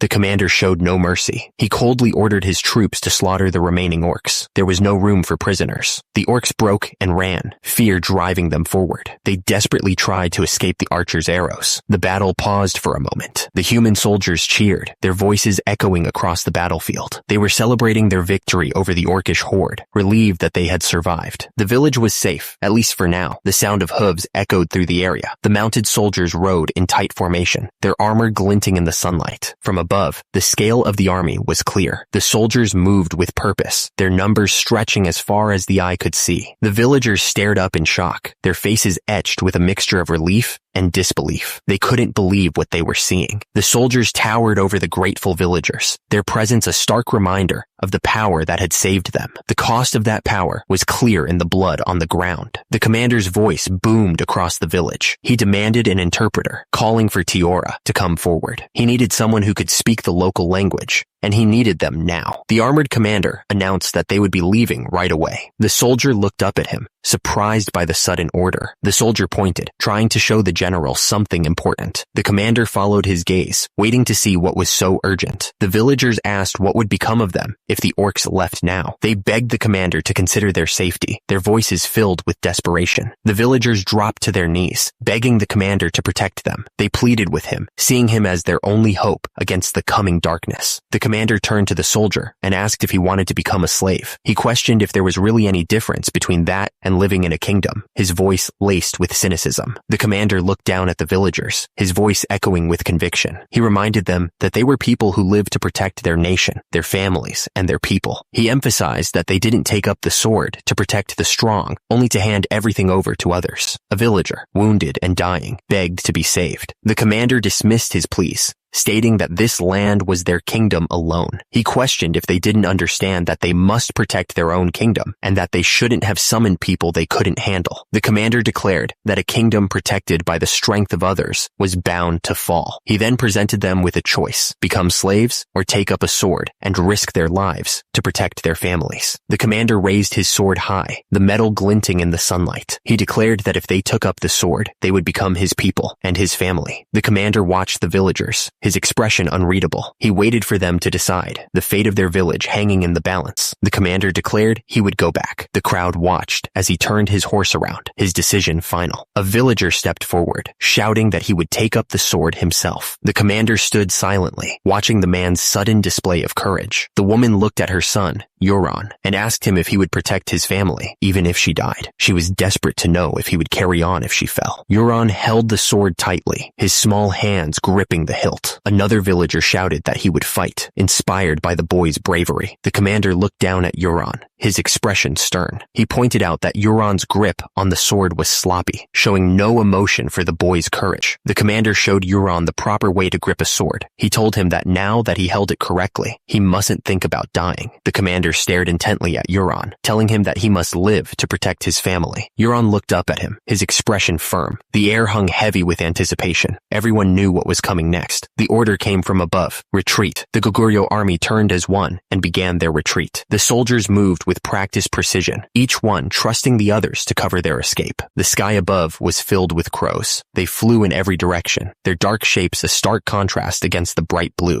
Crows gathered on a wooden fence, their dark eyes watching everything. They perched close together, a silent, watchful flock. A body lay sprawled on the ground, surrounded by crows. The birds pecked at the flesh, their dark feast painting the ground with blood. A knight on horseback gazed down at the gruesome scene. The crows continued their grim work, undisturbed by his presence. Sir Telemann reported back to his lord. He said that he'd searched the entire area, but there were no slash and burn farmers to be found. The knight surveyed the scene from horseback. The bodies lay still, a testament to the brutal fight that had just ended. The lord asked Sir Telemann for his assessment. Sir Telemann explained that both the orcs and the mercenaries had been killed by the same group. It seemed the slash and burn farmers were responsible, but they had already fled, leaving behind arrows of an unfamiliar design, suggesting a new faction had entered the scene. The lord looked absolutely furious. He cursed the bastards who dared to covet his property. The knights rode through the area, their faces grim. The air was heavy with unspoken tension. The lord declared that once all the slash and burn farmers were gathered to pay tribute to the kingdom, he would eliminate them. His eyes burned with cold fury. A booming voice echoed across the land, declaring that the great lion had arrived. The news spread quickly, carried on the wind. The order to open the gates rang out. The soldiers moved quickly, raising the heavy barriers to allow passage. Villagers watched as a woman approached, commenting on how pale she looked. One of them wondered if the sunlight was different here, making her skin appear so fair. Another villager chimed in, noting that she looked sick. Her frail appearance caused concern among the onlookers. A man leered at the woman, noticing a dark bruise under her eye, but still found her slender and pretty. He then turned to the others, asking if they were drooling over her. The great lion noticed some of the soldiers weren't training as hard as they should. He teased them about slacking off while he was gone. The soldiers nervously denied it. Then he asked about the refugees and what their situation was. The great lion declared that from now on, the refugees would be considered people of Gari. Someone then asked if he was finally going to continue the line of the High Emperor. The Great Lion asked what they were talking about. He explained that accepting them as people meant they needed soldiers to fight off anyone who tried to invade. He also needed women and children who could become the heart of their will to protect. The other man started to say something, but the Great Lion cut him off. He looked down at him and said something. The soldier, standing near HWY, asked the Great Lion to continue the line of the High Emperor, since he had already accepted them as his people. HWY looked on, waiting for the response. The Great Lion stood with one of his advisors, looking out at the new land. The advisor admitted that they had no idea where they were, or even if this was the same world they had once known. The Great Lion knew that giving the soldiers and the people a goal would be a pillar to support their lives. He knew he had to make a decision. The advisor looked at the Great Lion and told him to be the High Emperor, saying he couldn't do it. HWY looked shocked, wondering how he could say such a thing. The Great Lion chuckled, wondering if he should have Buru or Who are you? Do it." The advisor was furious, telling him that this wasn't a situation for such jokes. The great lion turned away, lost in thought. The weight of the decision pressed down on him. HWI, commander of the guard, declared that he had spent his entire life on the battlefield. Because of that, he admitted he wasn't good at running a country. The great lion turned to Commander Demudiok, telling him to handle the affairs of the place as he saw fit. Commander Demudiok started to object, but the great lion cut him off. The great lion explained that he would do what he could do. He told Commander Demudiok that he too had to take charge of the part he was good at. He reminded him that an incompetent emperor or high emperor would ruin the nation. The great lion admitted that the only things he knew how to do were wage war and protect Gauri. He seemed lost in thought. The soldiers started whispering amongst themselves, clearly shocked. They mentioned something about the Titan Uljok and the Titan clan, wondering what in the world that was and what was going on. The soldiers looked at the kneeling dwarves with suspicion. One of them scoffed, saying there was no way they could be related to anyone they knew. He found the idea ridiculous. The soldiers moved closer, studying the dwarves. They pointed out how pale they were, noting that they definitely weren't from around there. They seemed to be trying to figure out where they came from. One of the dwarves looked up, his face etched with worry. The sound of pounding feet grew louder as the dwarves tried to run, but a horde of orcs was closing in fast. The three stone brothers were desperately trying to outrun the orcs. One of them wondered what they should do, fear evident in his eyes. One of the dwarves looked absolutely miserable, tears welling up in his eyes. He cried out that it was all his fault. He cursed his own greed for wanting to find Rosestein, which led them all the way to the Laganza Mountains, only to be chased by orcs. The soldiers fought hard against the orcs, each swing of their swords a dance of death. As one of the soldiers fought, he thought to himself that those people had yellow skin, black hair, and black eyes. The dwarves looked up, their eyes wide with surprise. Were those people humans, they wondered? The dwarves looked at the soldiers, their faces etched with confusion. Something wasn't adding up, and they didn't know what to make of it. The soldiers watched the dwarves carefully, studying their every move. They muttered that they were a little different from the humans they knew, almost like General Baru and General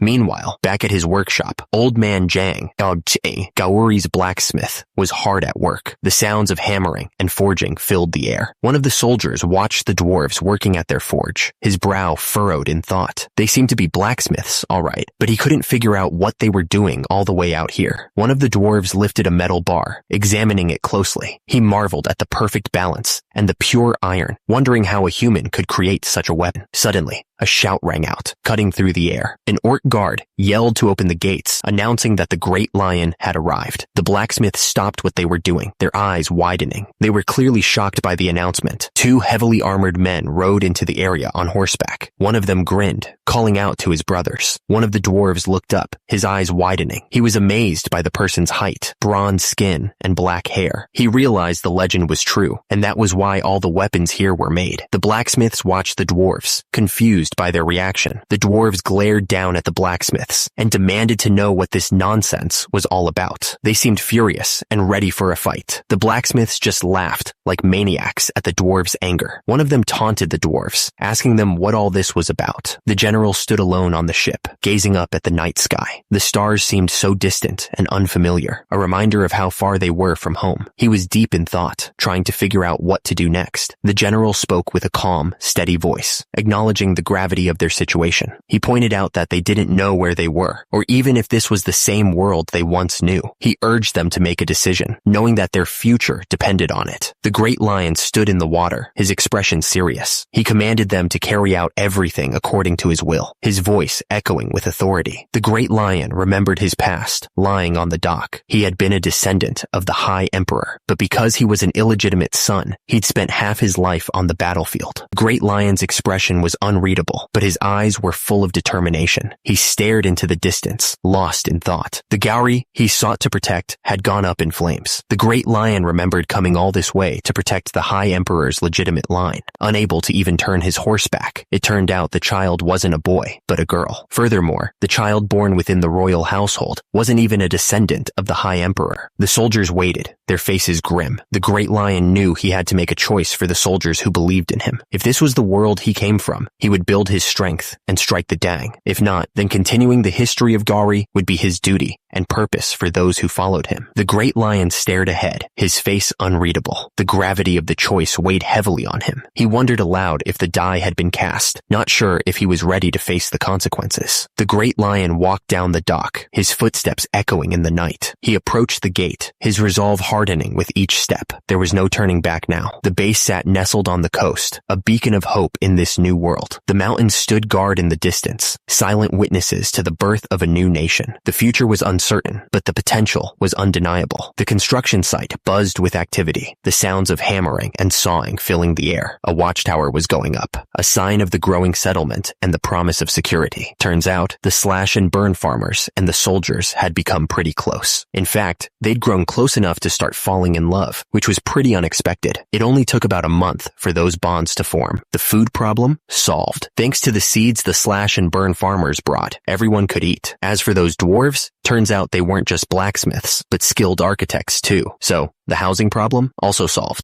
The dwarves were really impressed by the ironworking techniques. Now, they're working under Old Man Jang, making all sorts of things. It's a real testament to the Titan clan. Two of the men looked excited. They agreed that it was all thanks to General Baru and General Uru. They were ready to work hard. The problem was that they were running low on supplies for the wedding ceremony, which was only a few days away. They didn't have enough liquor, meat, or clothing, and they were also short on bows. Turns out, Veron had a plan. He suggested sneaking into the city and selling the hides and bones from the monsters they'd been hunting. That way, they could make some money. With the money they earned, they could buy the food, clothing, and even weapons they couldn't get here. One of the men volunteered to go, telling the Great Lion that he would go since the commander of the guard was busy. He'd survey the situation and run the errand. The Great Lion listened, his face unreadable. He seemed to be carefully considering the plan and the offer. In the distance, the walled city stood tall, a mix of buildings and fortifications. It was their only hope for getting the supplies they desperately needed. Riding alongside the Great Lion, one of the men asked why he'd insisted on coming. He pointed out that the Great Lion usually ordered him to survey the situation, so it seemed strange that he was here instead. The Great Lion smiled slightly, responding that the other should just honestly admit he was curious about the city. With that, he told them to move out. The group moved along the dusty path, the horses kicking up small clouds of dirt with each step. The wagons rumbled behind them, the wooden wheels making a dull thudding sound. Hidden amongst the trees, a lone figure watched the group pass by. They kept themselves concealed, peering out from behind the thick trunk of a tree. The walled city loomed in the distance, a tall structure of stone and buildings. It was the group's destination, the place where they hoped to find the supplies they needed.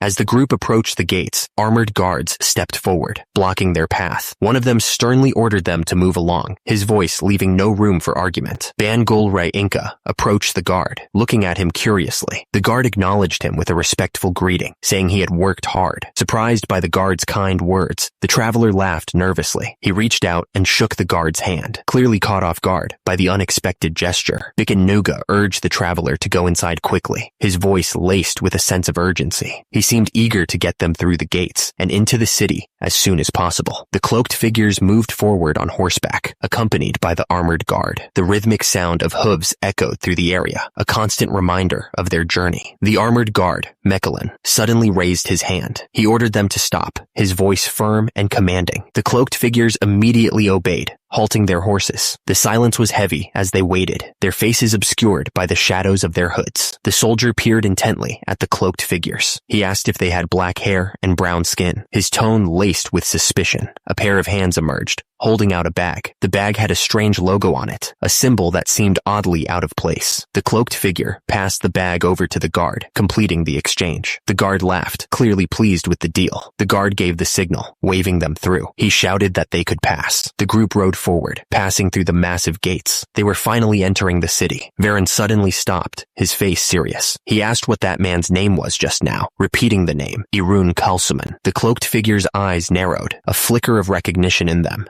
Kalsuman, he remembered. The cloaked figure glanced back, a hint of something unreadable in his eyes. Then he disappeared into the crowded city streets. The group continued riding deeper into the city. People moved out of their way as they passed. Veron examined the goods closely. He realized that it was definitely ogre hide, which meant there had to be ogre blood as well. The man looked at Veron with disbelief. He asked how on earth Veron managed to kill an ogre, saying that even 20 soldiers would struggle to take one down. Veron told him he would tell the story later, but to calculate everything first. first. He then asked if he happened to need ogre blood. The shopkeeper wondered who would buy the ogre blood, since only wizards would want it. He doubted a wizard would even be in such a remote place. Suddenly, a man appeared and said he would buy it. The shopkeeper looked surprised and asked if the man was a wizard. Rigel examined a bottle of the purple liquid. He thought the condition was excellent, and with it, he could finally be free from the cursed second circle. Rigel asked the shopkeeper what he thought of the ogre blood. He offered to take 3 bottles for 1 gold and 50 silver. The shopkeeper looked shocked and said something. He told Rigel that not even 1 gold and 50 silver per bottle was impossible. Rigel held out the ogre blood and the coins. He asked the shopkeeper to wait a moment, offering 1 gold and 50 silver for the purchase. The shopkeeper looked desperate and begged Rigel to accept the money, saying it was all he had. He then insulted Rigel, calling him a scammer and a beggar. Rigel was furious and yelled at the shopkeeper, asking how he dared to insult him. He declared that he was Rigel, the genius wizard said to appear once in 100 years. The shopkeeper looked at Rigel suspiciously. He questioned why a genius wizard would be broke and stuck at the second circle, since third circle wizards were showered with gold. The 3 men stood in silence, the tension hanging heavy in the air. The shopkeeper looked nervous, while Rigel seemed to be trying to control his anger. Rigel began chanting the words of a spell, his voice echoing through the shop. He gripped the bottle tightly as he spoke the ancient words. Oum Sala di Kre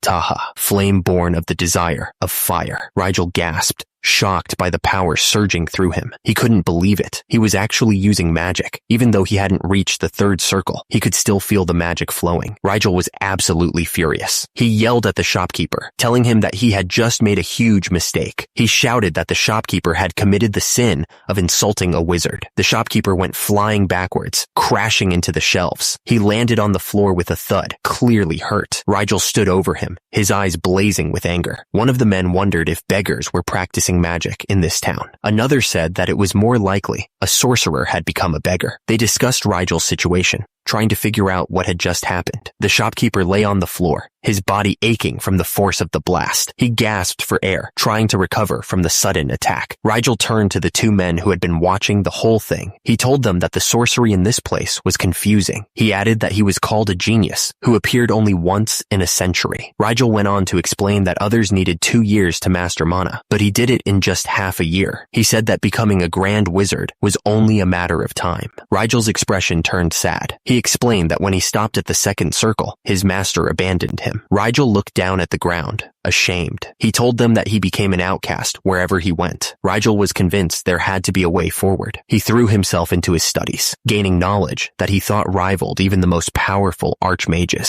Despite all his efforts, Rigel couldn't get past the second circle. He felt like he was banging his head against a wall. Rigel begged his master not to leave him. He was sure that if he could just get his hands on some ogre blood, he could finally reach the second circle. One of the men wondered if they were heading back so soon because of the old guy. He'd heard that the wizard in this land was supposed to be rare and really smart. The other guy asked if he'd kidnapped the wizard, afraid someone else would snatch him up first. The man scoffed, saying that was total nonsense. He'd simply brought him along. One of the men wondered what they were planning to do with Rigel. The other guy shrugged, saying he was rare and valuable, so why not grab him? Rigel woke up with a start, tears in his eyes. One of the men noticed and asked why he was crying. The captor acted all innocent, saying it was natural to cry after being kidnapped. He even complained about the double standard, saying when he does it, it's love, but when others do it, it's a crime. Rigel glared at his captors, thinking they were fools. They must not know that a simple rope couldn't hold a wizard like him. Rigel began to chant, calling on the power of mana to shake its strength with him. He was determined to break free from his bonds. Rigel gathered mana, his eyes glowing with power. He yelled that his energy bolt spell, though only second circle, was not something to be taken lightly. But before the spell could hit its mark, one of the men casually raised a hand. A surge of energy met Rigel's bolt, stopping it dead in its tracks. The system flashed the word block, confirming the man's incredible defense. The air crackled with the remnants of the spell's energy. With Rigel's attack easily deflected, the group continued on their way. They didn't even bother to look back, leaving Rigel stewing in his frustration. Rigel looked absolutely stunned. He stammered, wondering how anyone could stop his spell. The man looked amused, finding the situation quite thrilling. The 3 men continued on their way, the horses trotting along the dirt path. In the back of the wagon, the captured mage sat silently, stewing in his frustration. The man on horseback found the situation thrilling and joked about it. Meanwhile, Rigel was furious and demanded to know how his magic had been nullified. He couldn't believe someone could just stop his spell like that. Rigel Rigel, desperate to understand his captors, used interpretation translation magic. He demanded to know who these guys were and what they wanted. Rigel was amazed that they could speak his language. He pressed them, asking how they could block an energy bolt without a shield. One of the men replied that it was due to item power, telling him to mind his own business. Rigel wondered what item power meant. He was relieved that they could communicate, as he had been worried about leaving the liar behind in the city. Rigel, frustrated and still tied up, demanded to know how they had turned his energy bolt into nothing. He pressed them to reveal the formula they had used, desperate for answers. One of the captors smirked at Rigel. He called him old man and said that it was rude to ask about another's secret arts so carelessly, clearly unwilling to share any information. Rigel was taken aback by the response. He seemed to suddenly understand something, his eyes widening slightly. Down the path, a group of figures approached at a steady pace. The sound of their footsteps echoed through the trees. The captor glanced at the approaching group with a serious expression. He decided that they should deal with these uninvited guests first, his hand moving towards his sword. The captor looked at the approaching group. He figured it would be foolish to lose a considerable income over a single moment of greed. He was weighing his options. He glanced back at the cart. The items loaded on it were quite numerous, even things that looked expensive. He was getting greedy. Just in time, those two moved first, he thought. If he killed these guys and took the items, he could keep the source of income and take the goods. He was ready to attack. Unlucky bastards you are. The captor unleashed a sudden blast of magic. The approaching group didn't even have time to react before they were engulfed in flames. The smoke cleared, revealing a figure standing unharmed. A familiar face, Kalsuman. The captor was stunned. The captors didn't hesitate. They unleashed their magic, sending flames roaring toward the approaching group. The defenders were caught in the blaze, but the smoke cleared to reveal one of the defenders completely unharmed. He retaliated with his own magic, sending a wave of fire back at the captors. The flames didn't seem to bother him at all. He walked right through the fire, his eyes fixed on the captors. With a burst of speed, the attacker closed the distance. He struck one of the captors with a swift,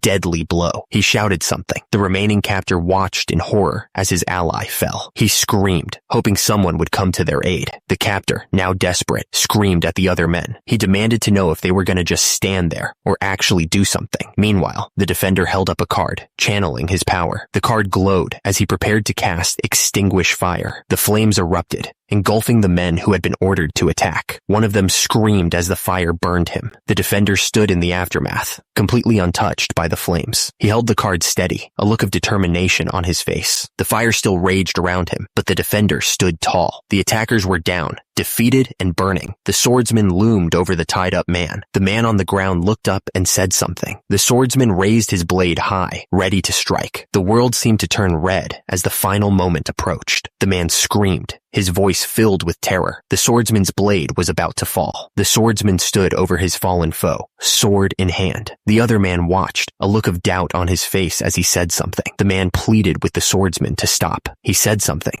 The swordsman stared down at the tied-up man, his eyes filled with cold determination. He took a breath and said something. The tied-up man looked back, sweat dripping down his face, clearly terrified. The swordsman focused his energy and called out. Blue energy surged from his hand. The tied-up man screamed in terror, his face contorted in pain.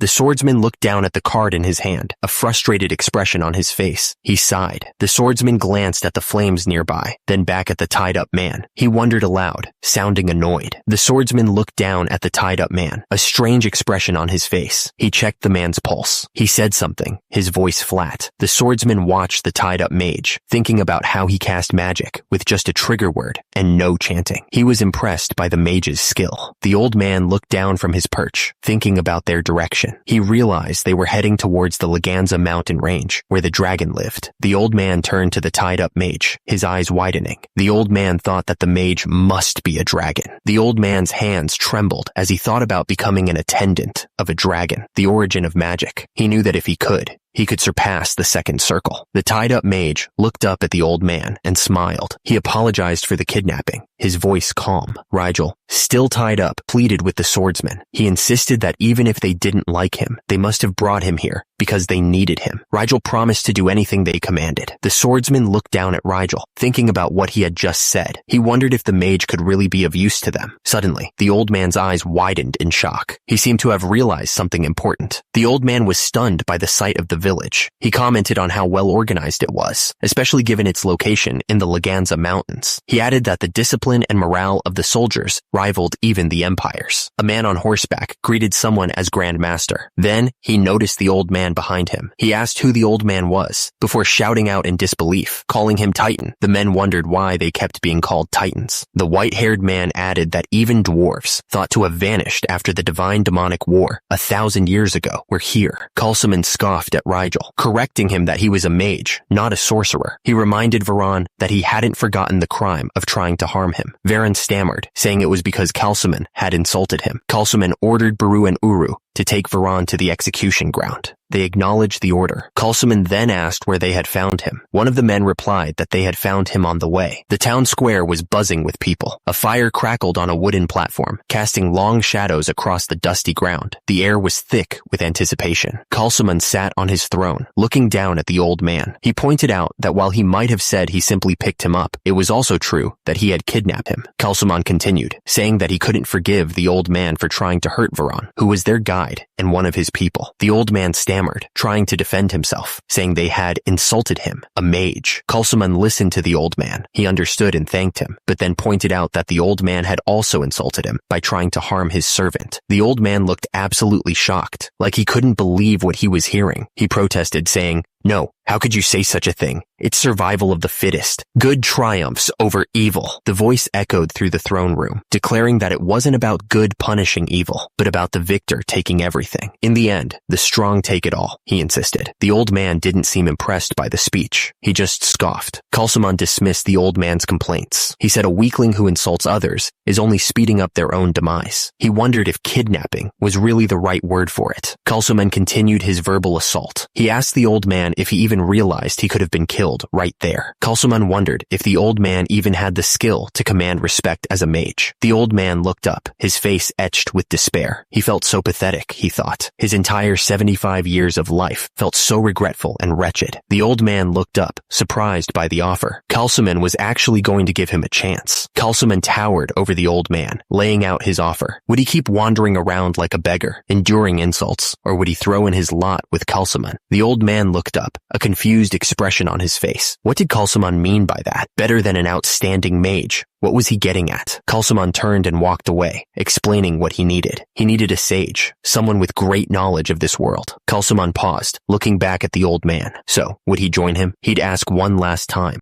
Kalsuman stared intently, telling the old man that he needed him. He wanted to know if the old man would join his cause. The old man looked up, curious, and asked what Kalsuman would do for him. Kalsuman declared that he wouldn't stand by while anyone mistreated his family or his people. Kalsuman's expression hardened as he promised to smash anyone who dared to look down on the old man to bits. He looked absolutely serious. The old man knelt down, bowing his head. He declared that he would serve Kalsuman as his master. The night sky stretched above the village. The alliance between Kalsuman and the old man was now sealed. The old man was surprised by the turn of events. He thought Kalsuman would treat him like a simple servant, nothing more. Kalsuman ordered Baru and Uru to take care of the old man. He declared that from now on, the old man would be the one teaching them. Baru complained, wondering what they were supposed to learn at their age, but Kalsuman ignored him. He said that his master had given him the honor of teaching the legendary Titan clan. Kalsuman looked at his men and asked if they were just going to hide forever. He insisted that they needed to understand this new place so they could decide what to do next. Kalsuman told the old man that instead of relying on the power of the ring, he needed to learn their language. He then said that until the old man did, he would be holding on to the ring. Kalsuman took the ring that was enchanted with translation magic. He asked if he looked like someone who would want such a thing. He figured the old man must have his reasons. The old man glanced at the dwarves sprawled out nearby. He thought to himself that even if they were legendary clan dwarves, they were still just dwarves. He cleared his throat, trying to regain his composure. Kalsuman bowed respectfully to the old man. He greeted him formally as his master. The old man took the ring and examined it closely, turning it over in his hands. He looked puzzled. The old man looked up, a strange expression on his face. He announced that the ring was broken. The old man stared at the ring, a look of disbelief on his face. He twisted it between his fingers, trying to understand what had happened. The old man stared at the ring in disbelief. He stammered, trying to explain that it wasn't broken, but then it hit him. Varen was already gone. He turned and saw the closed door, realizing Varen had escaped. Under the cover of night, horses pulled the cart through the forest. The riders urged them on, desperate to get away as quickly as possible. One of the riders turned back, his expression a mixture of concern and surprise. Something wasn't right. He could feel it. The man yelled, Cursing, he shouted at Varon to stop, but it was too late. The cart lurched as someone fell off. The man looked around, confused. He demanded to know what was going on, why they were abandoning the cart, what the hell was happening. The man with the sword grabbed the other man's arm, yanking him forward. He told him to hurry up, unless he wanted to die for nothing. The man stood his ground, his voice echoing through the trees. He warned that if they didn't hurry, they'd die a pointless death. The man cursed, realizing they had abandoned the cart. He couldn't believe they'd left it behind. He ordered his men to spread out and find them. They couldn't have gotten far. Under the dim light filtering through the trees, the men moved out. They began their search, their footsteps muffled by the forest floor. The man with blonde hair looked at the other man, his face etched with fear. He asked why they were coming this way, his voice barely above a whisper. The man looked up, his eyes wide with fear. He wondered if this was the end, if he was really going to die like this. The man stared at the bodies scattered around him, his mind racing. He couldn't believe it. The man with the black hair had taken care of 2 of them all by himself. That's insane. The man with the black hair told the guard to stay quiet. He offered him a deal. If he answered his questions honestly, he could go home and see his family again. He added with a smirk that he was single. The man with the black hair held the guard's wrist tightly. The guard was crying, the tears streaming down his face. The tension in the air was so thick you could cut it with a knife. The man with the black hair looked directly into the guard's eyes. He demanded to know why they had attacked them. He wasn't going to let this go. The guard explained that an order came from the kingdom to conscript soldiers, so Baron Alvin was capturing slash and burn farmers to fill the quota. The man with the black hair realized that's why those mercenaries were after the farmers. He knew he had to hurry and tell the camp. The guard begged him to spare him. He stammered that he had a girlfriend. The man with the black hair asked the guard if he should kill him. The man with the black hair told the guard that he had answered as he asked, so he'd let him go as promised. He added that it'd make him a little uneasy if he went back the way they came, so he should close his eyes and walk that way until he counted to 1,000 before he headed back. He told the guard not to worry. One of the men asked if it would be all right to let him go, saying that if they let him go, a pursuit party might come after them. The tension was high as they waited for an answer. The man with the black hair told the others not to worry about that. He said the guard was an honest fellow and probably wouldn't sell them out. He reassured them that everything would be fine. The captor yelled for them to run at full speed, saying that he got it. He was clearly excited about something. The man with the black hair and the blonde man followed close behind. The blonde man looked back, a worried expression on his face. He muttered that the captor should have been more careful. He seemed genuinely concerned. The man with the black hair looked down at the body and called the dead man a liar. He stated that he had kept his promise and asked if they should get going. He showed no remorse. The soldiers stopped dead in their tracks, staring at the body on the ground. One of them exclaimed in shock, asking what was over there. Another realized that it was Pino and that he was dead. The soldiers drew their swords, the metal glinting in the dim light. The man with the black hair stared back at them, his expression unreadable. The tension in the air was thick enough to cut with a knife. The soldier looked up, a frustrated expression on his face. He muttered. One of the armored soldiers commented that there were only 2 of them. He insisted they finish this quickly and head back. The other soldier wondered what he was going to do. Someone was running fast, their footsteps echoing on the stone path. She was clearly in a hurry. Baru heard someone calling his name. It was Sarah. She asked him what brought him out so late. He chuckled and invited her inside. Sarah asked when Uncle Veron was coming. Baru replied that Veron should be there tomorrow, which seemed to put her at ease. Baru noticed something was bothering Sarah. She sighed, admitting that the road was dangerous. She worried about what the punitive troops might do this time. Baru asked Sarah if she was worried about traveling with just the con man. Sarah looked up at him, a little worried, honestly.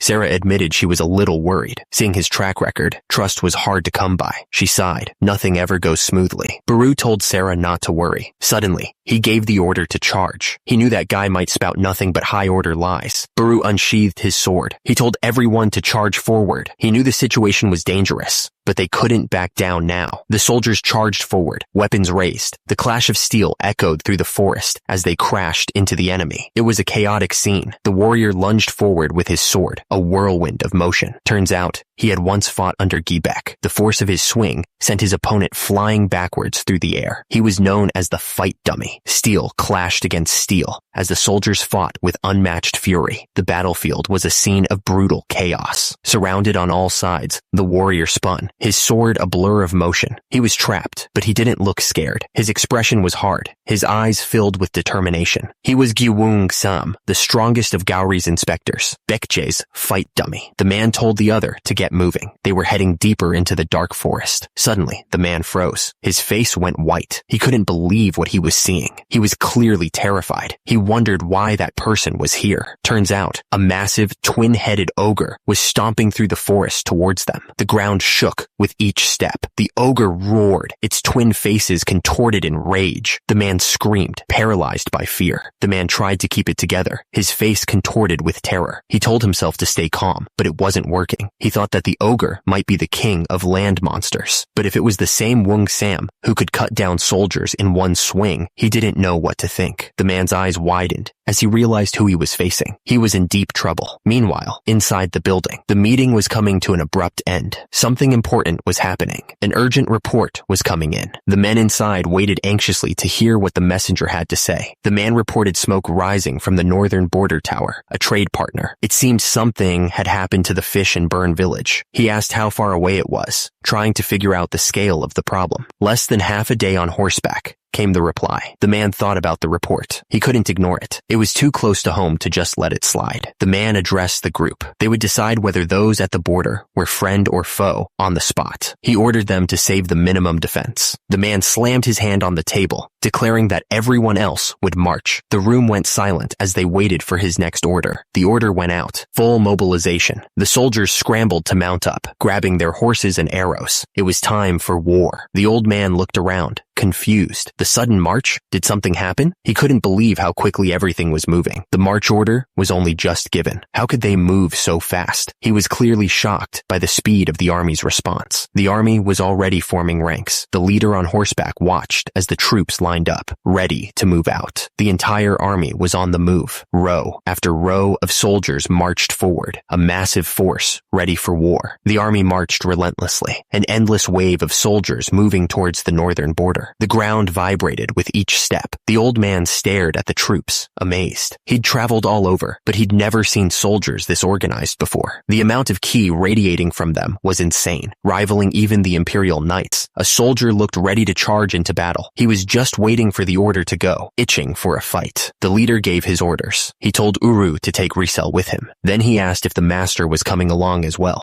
The leader turned his attention to Risel. He asked if Risel had ever seen a battlefield. Risel confirmed that he had, my lord. The leader gave Risel his instructions. He told him to watch their war today and report on how this front and their way of fighting were different. The leader's words carried a simple, undeniable power. You could smell the blood on him, but he remained calm. Every word he spoke was crystal clear, filled with authority. A subordinate knelt before the leader, listening intently. He responded with complete obedience, simply saying, the moment hung in the air, thick with anticipation. Something big was about to happen. The leader's face contorted with fury as he gave the order. He screamed, his voice echoing across the field. The gates swung open, and the troops surged forward. They charged out into the night, ready to follow their leader into whatever awaited them. The army stood ready, a sea of spears and flags stretching as far as the eye could see. Their leader sat firm in the saddle, his gaze fixed on what lay ahead. The moment hung in the air, heavy with anticipation of what was to come. The order came down, round up the useless, everyone except the men fit to fight, and the young women. The commander's cold voice continued, instructing them to deal with them. The order was given, short and brutal. Fire. The archers raised their bows, the tips of their arrows already ablaze. The arrows rained down on the village, setting everything ablaze. Screams of terror filled the air as the villagers were caught in the inferno. The commander clicked his tongue, unimpressed. He had heard the prisoners mention a larger settlement nearby and wondered if it was true. Another man grinned, clearly excited by the prospect. He figured it would be a fun hunt. Anyway, time to move on. The army marched on horseback, a large group of soldiers moving towards the bigger settlement. They were ready for whatever they might find. Two of the leaders rode side by side, their faces set with determination. They knew that this mission was important, and they were ready to do whatever it took. The night was quiet, the stars shining above the dark forest. Suddenly, the silence was broken by a loud crunch. It was a huge ogre, its two heads looking around as it took another step. The ground cracked under its massive weight. out. Two of the men watched the twin-headed ogre disappear into the trees. They kept their distance, not wanting to be seen. One of the men sighed in relief. He wondered what he had done to deserve all this, but at least they had managed to get away from the twin-headed ogre. The blonde man glanced over his shoulder, but froze when he saw a goblin standing there. The little monster grinned, holding a rock in its hand.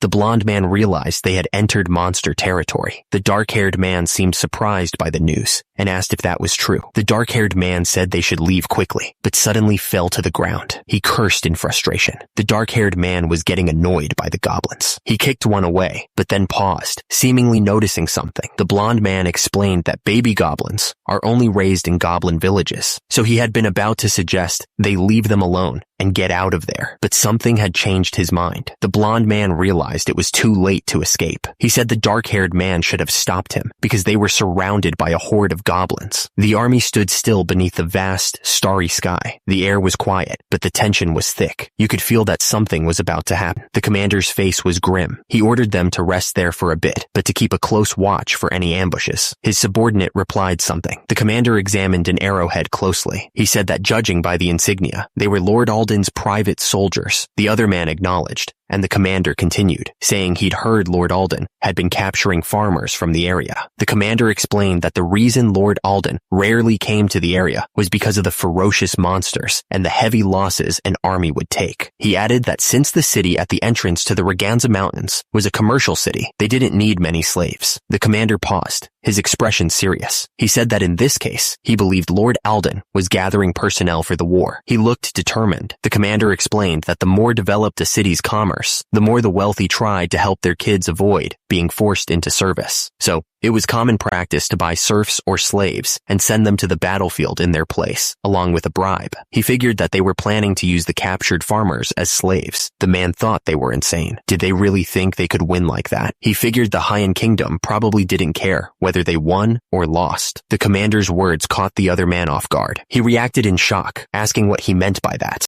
The commander explained that this country was situated between giant empires. The commander continued, explaining that it shared borders with two giant empires and faced a maritime empire across the sea. So, it had always been at the mercy of their checks and the demands of the stronger side. He added that when they went to war, they'd survived by dividing the spoils to both sides. So it didn't matter who won or lost. The man explained that was the reality of the Haiyan Kingdom. It was a land that no one protected, a place left to fend for itself. He continued, saying that they'd already given up on being a nation. There was no pride, no fight left in them. Suddenly, a soldier ran up to the general to report. He said they'd found an enemy encampment with about 12 cavalry and 600 infantry. He added that they also saw about 250 kidnapped people trapped in carts. The soldier continued, saying that it looked like they were resting before moving on to another village. They were likely planning to raid more villages. The general stared ahead, his face grim. He declared that tonight was going to be a long night, hinting at the battle to come. The army had set up camp for the night, a sea of tents stretching out under the starry sky. But the peace was broken by the sounds of violence, as some soldiers brutally beat others, showing the harsh reality of the camp. The soldiers continued their brutal assault on the man, showing no mercy. Another soldier yelled, asking why they were running away, and warning them not to kill the guy who was going to war in their place, because he was next. A large man, looking like a brute, offered the women meat and the best woman who came forward first, promising them a night of fun. The women huddled together, a mix of fear and desperation in their eyes. In a desperate scramble, the women ran towards the man, each hoping to be the one chosen. The entire camp seemed to hold its breath, watching the scene unfold. Two guards stood on duty, spears in hand. One of them cursed his luck, complaining about being stuck on guard duty instead of having some fun with the women, admitting he had been feeling it in his loins for a while now. The two guards stood watch under the starry sky, their eyes scanning the horizon. A strange feeling hung in the air, making the hairs on the back of their necks stand up. One of the guards broke the silence, admitting that the atmosphere felt strange. He couldn't shake the feeling that something was off, a sense of unease creeping into his voice. Before the other guard could respond, a sudden force ripped through the first man. The guard hadn't even finished mocking him for being scared of a wolf when the unseen attacker struck. The surviving guard found himself surrounded by the bodies of his comrades, their faces frozen in expressions of terror. He spun around, trying to find the source of the attack, but saw nothing but the dead. The guard's eyes widened as he finally saw what was happening. He stammered, trying to make sense of the scene, but the words caught in his throat. The fallen guards lay still, arrows sticking out of their bodies. They never saw it coming, dying without a sound in the dark. The commander stared up at the sky, a grim look on his face. He ordered them to send the signal, releasing the pigeon into the night. The soldiers on horseback had done their job. Word came back that they'd secured the escape route, clearing the way for the rest of the army. The general turned to Liesel, his expression serious. He told her to watch closely from now on, sensing that the real battle was about to begin. The soldiers stood ready, swords drawn, and eyes fixed on the enemy. The general declared that this was their battle, the moment they'd been preparing for. The archers lined up, drawing their bows in perfect unison. Every muscle was tense, every eye focused on the target. The air crackled with anticipation as they waited for the signal to unleash their deadly volley. The commander gave the order, fire. A split second later, a swarm of arrows filled the sky, blotting out the stars. The attack had begun. The archers stood in a perfect line, and their bows pulled back and aimed at the sky. Every single one of them was focused, waiting for the one word that would start the battle. With a fierce look, the commander gave the order for all forces to fire. A moment later, a storm of arrows shot into the night sky, creating a dark cloud that flew towards the enemy. Meanwhile, the enemy soldiers were gathered around their campfires, laughing and drinking without a care in the world. They had no idea what was coming until one of them paused, hearing a strange noise in the distance. He looked up, trying to figure out what he was seeing. At first, he thought it was just a flock of birds, but then his eyes widened in absolute horror. He screamed out a warning, realizing they were arrows. But his warning came too late. The arrows rained down on the camp, striking soldiers before they could even stand up. The surprise attack was a complete success.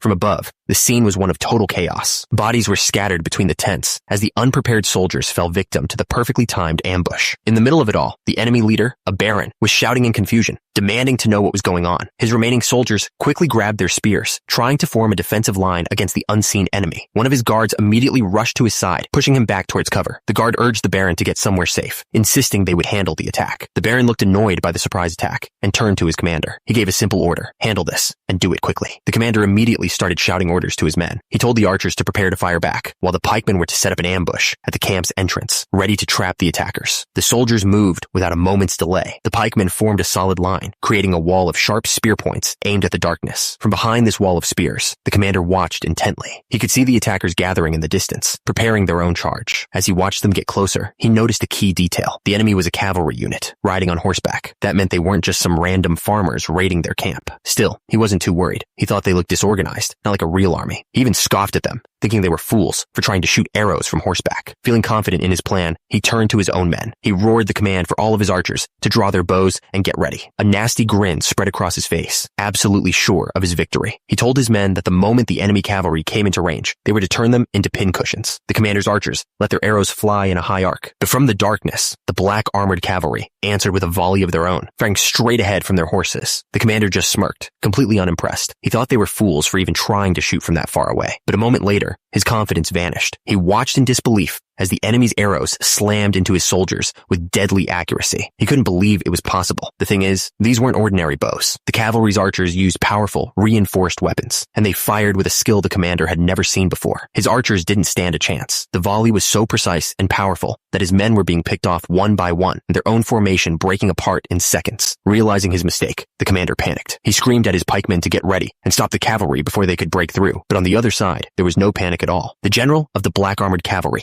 gave a simple, cold command for his soldiers to form a wedge and advance. Without hesitation, the entire unit moved as one. They formed a perfect spearhead and charged straight toward the enemy's broken lines. The pikemen braced for impact. A wall of spears meant to stop the charge, but the black armored cavalry crashed into them with incredible force, shattering their formation in an instant. Seeing his front line completely collapse, the enemy commander panicked. He screamed at his men to forget the riders and attacked the horses instead. One of the soldiers followed the order, thrusting his spear with all his might, but the weapon just glanced off the rider's thick armor, creating a shower of sparks. The soldier's eyes widened in shock as he realized the truth. It wasn't just the riders. The horses were completely covered in iron armor, too. Looking down at him, the cavalryman with his glowing red eyes seemed less like a man and more like a demon. He could only stammer out the word demons in absolute terror. A second later, he was crushed under the weight of the armored warhorse. The battlefield turned into a complete massacre. The pikemen scattered in every direction, begging for their lives, but the cavalry cut them down without mercy. One of the riders at the head of the charge pointed his spear forward. He yelled for the others to keep pushing and break through the enemy's camp. Just then, another huge warrior from the black armored unit joined the fight. He called out to his comrade, Buru, telling him to leave the rest to him as he gripped his own weapon, ready for battle. The massive warrior leaped from his horse, his eyes fixed on the enemy camp. He yelled out their purpose for everyone to hear. They were there to rescue the captive farmers. On the ground, his soldiers dismounted in perfect formation, ready to fight on foot. Seeing the riders get off their horses, one of the enemy commanders smirked, thinking the threat was over. But his superior officer was furious at the stupidity. He screamed at his men that this was their chance, ordering them to charge forward immediately. The enemy soldiers scrambled to form a defensive line, bracing their spears and shouting to block the attack. But it was useless. The first black armored soldier met their line and shattered a shield with a single, brutal strike. That first break was all it took for the entire enemy formation to collapse. The Gari soldiers moved like a storm, cutting through the disorganized ranks. Every swing of their weapons was precise and deadly, and the enemy soldiers didn't stand a chance. One of the enemy soldiers could only let out a final scream as a Gari warrior cut him down. The difference in their skill was just too great. The fight was a complete massacre. As one of the soldiers fell, his last thought was a question that echoed across the battlefield. Just who on earth were these people? From above, the scene was clear. The black armored soldiers were a disciplined force, moving as one unit. The enemy army, on the other hand, had completely fallen apart, scattering in every direction. Standing at the edge of the camp, one of the rescued farmers watched in awe. Watching the disaster from a nearby tent, the enemy general was furious and confused. He knew from their armor that they weren't the Empire's army, which made no sense. At that moment, another commander with blonde hair came running as someone desperately called out for the Baron. The blonde commander grabbed the Baron, screaming at him to flee to the rear immediately. But the Baron was defiant, vowing to return to his own territory and bring back the kingdom's army. As he spoke, one of the black armored soldiers began walking straight towards them. The Baron turned to his men, asking if they had secured an escape route for him. But before anyone could answer, one of their soldiers froze completely. His eyes widened in absolute terror as he stared at something just behind the Baron.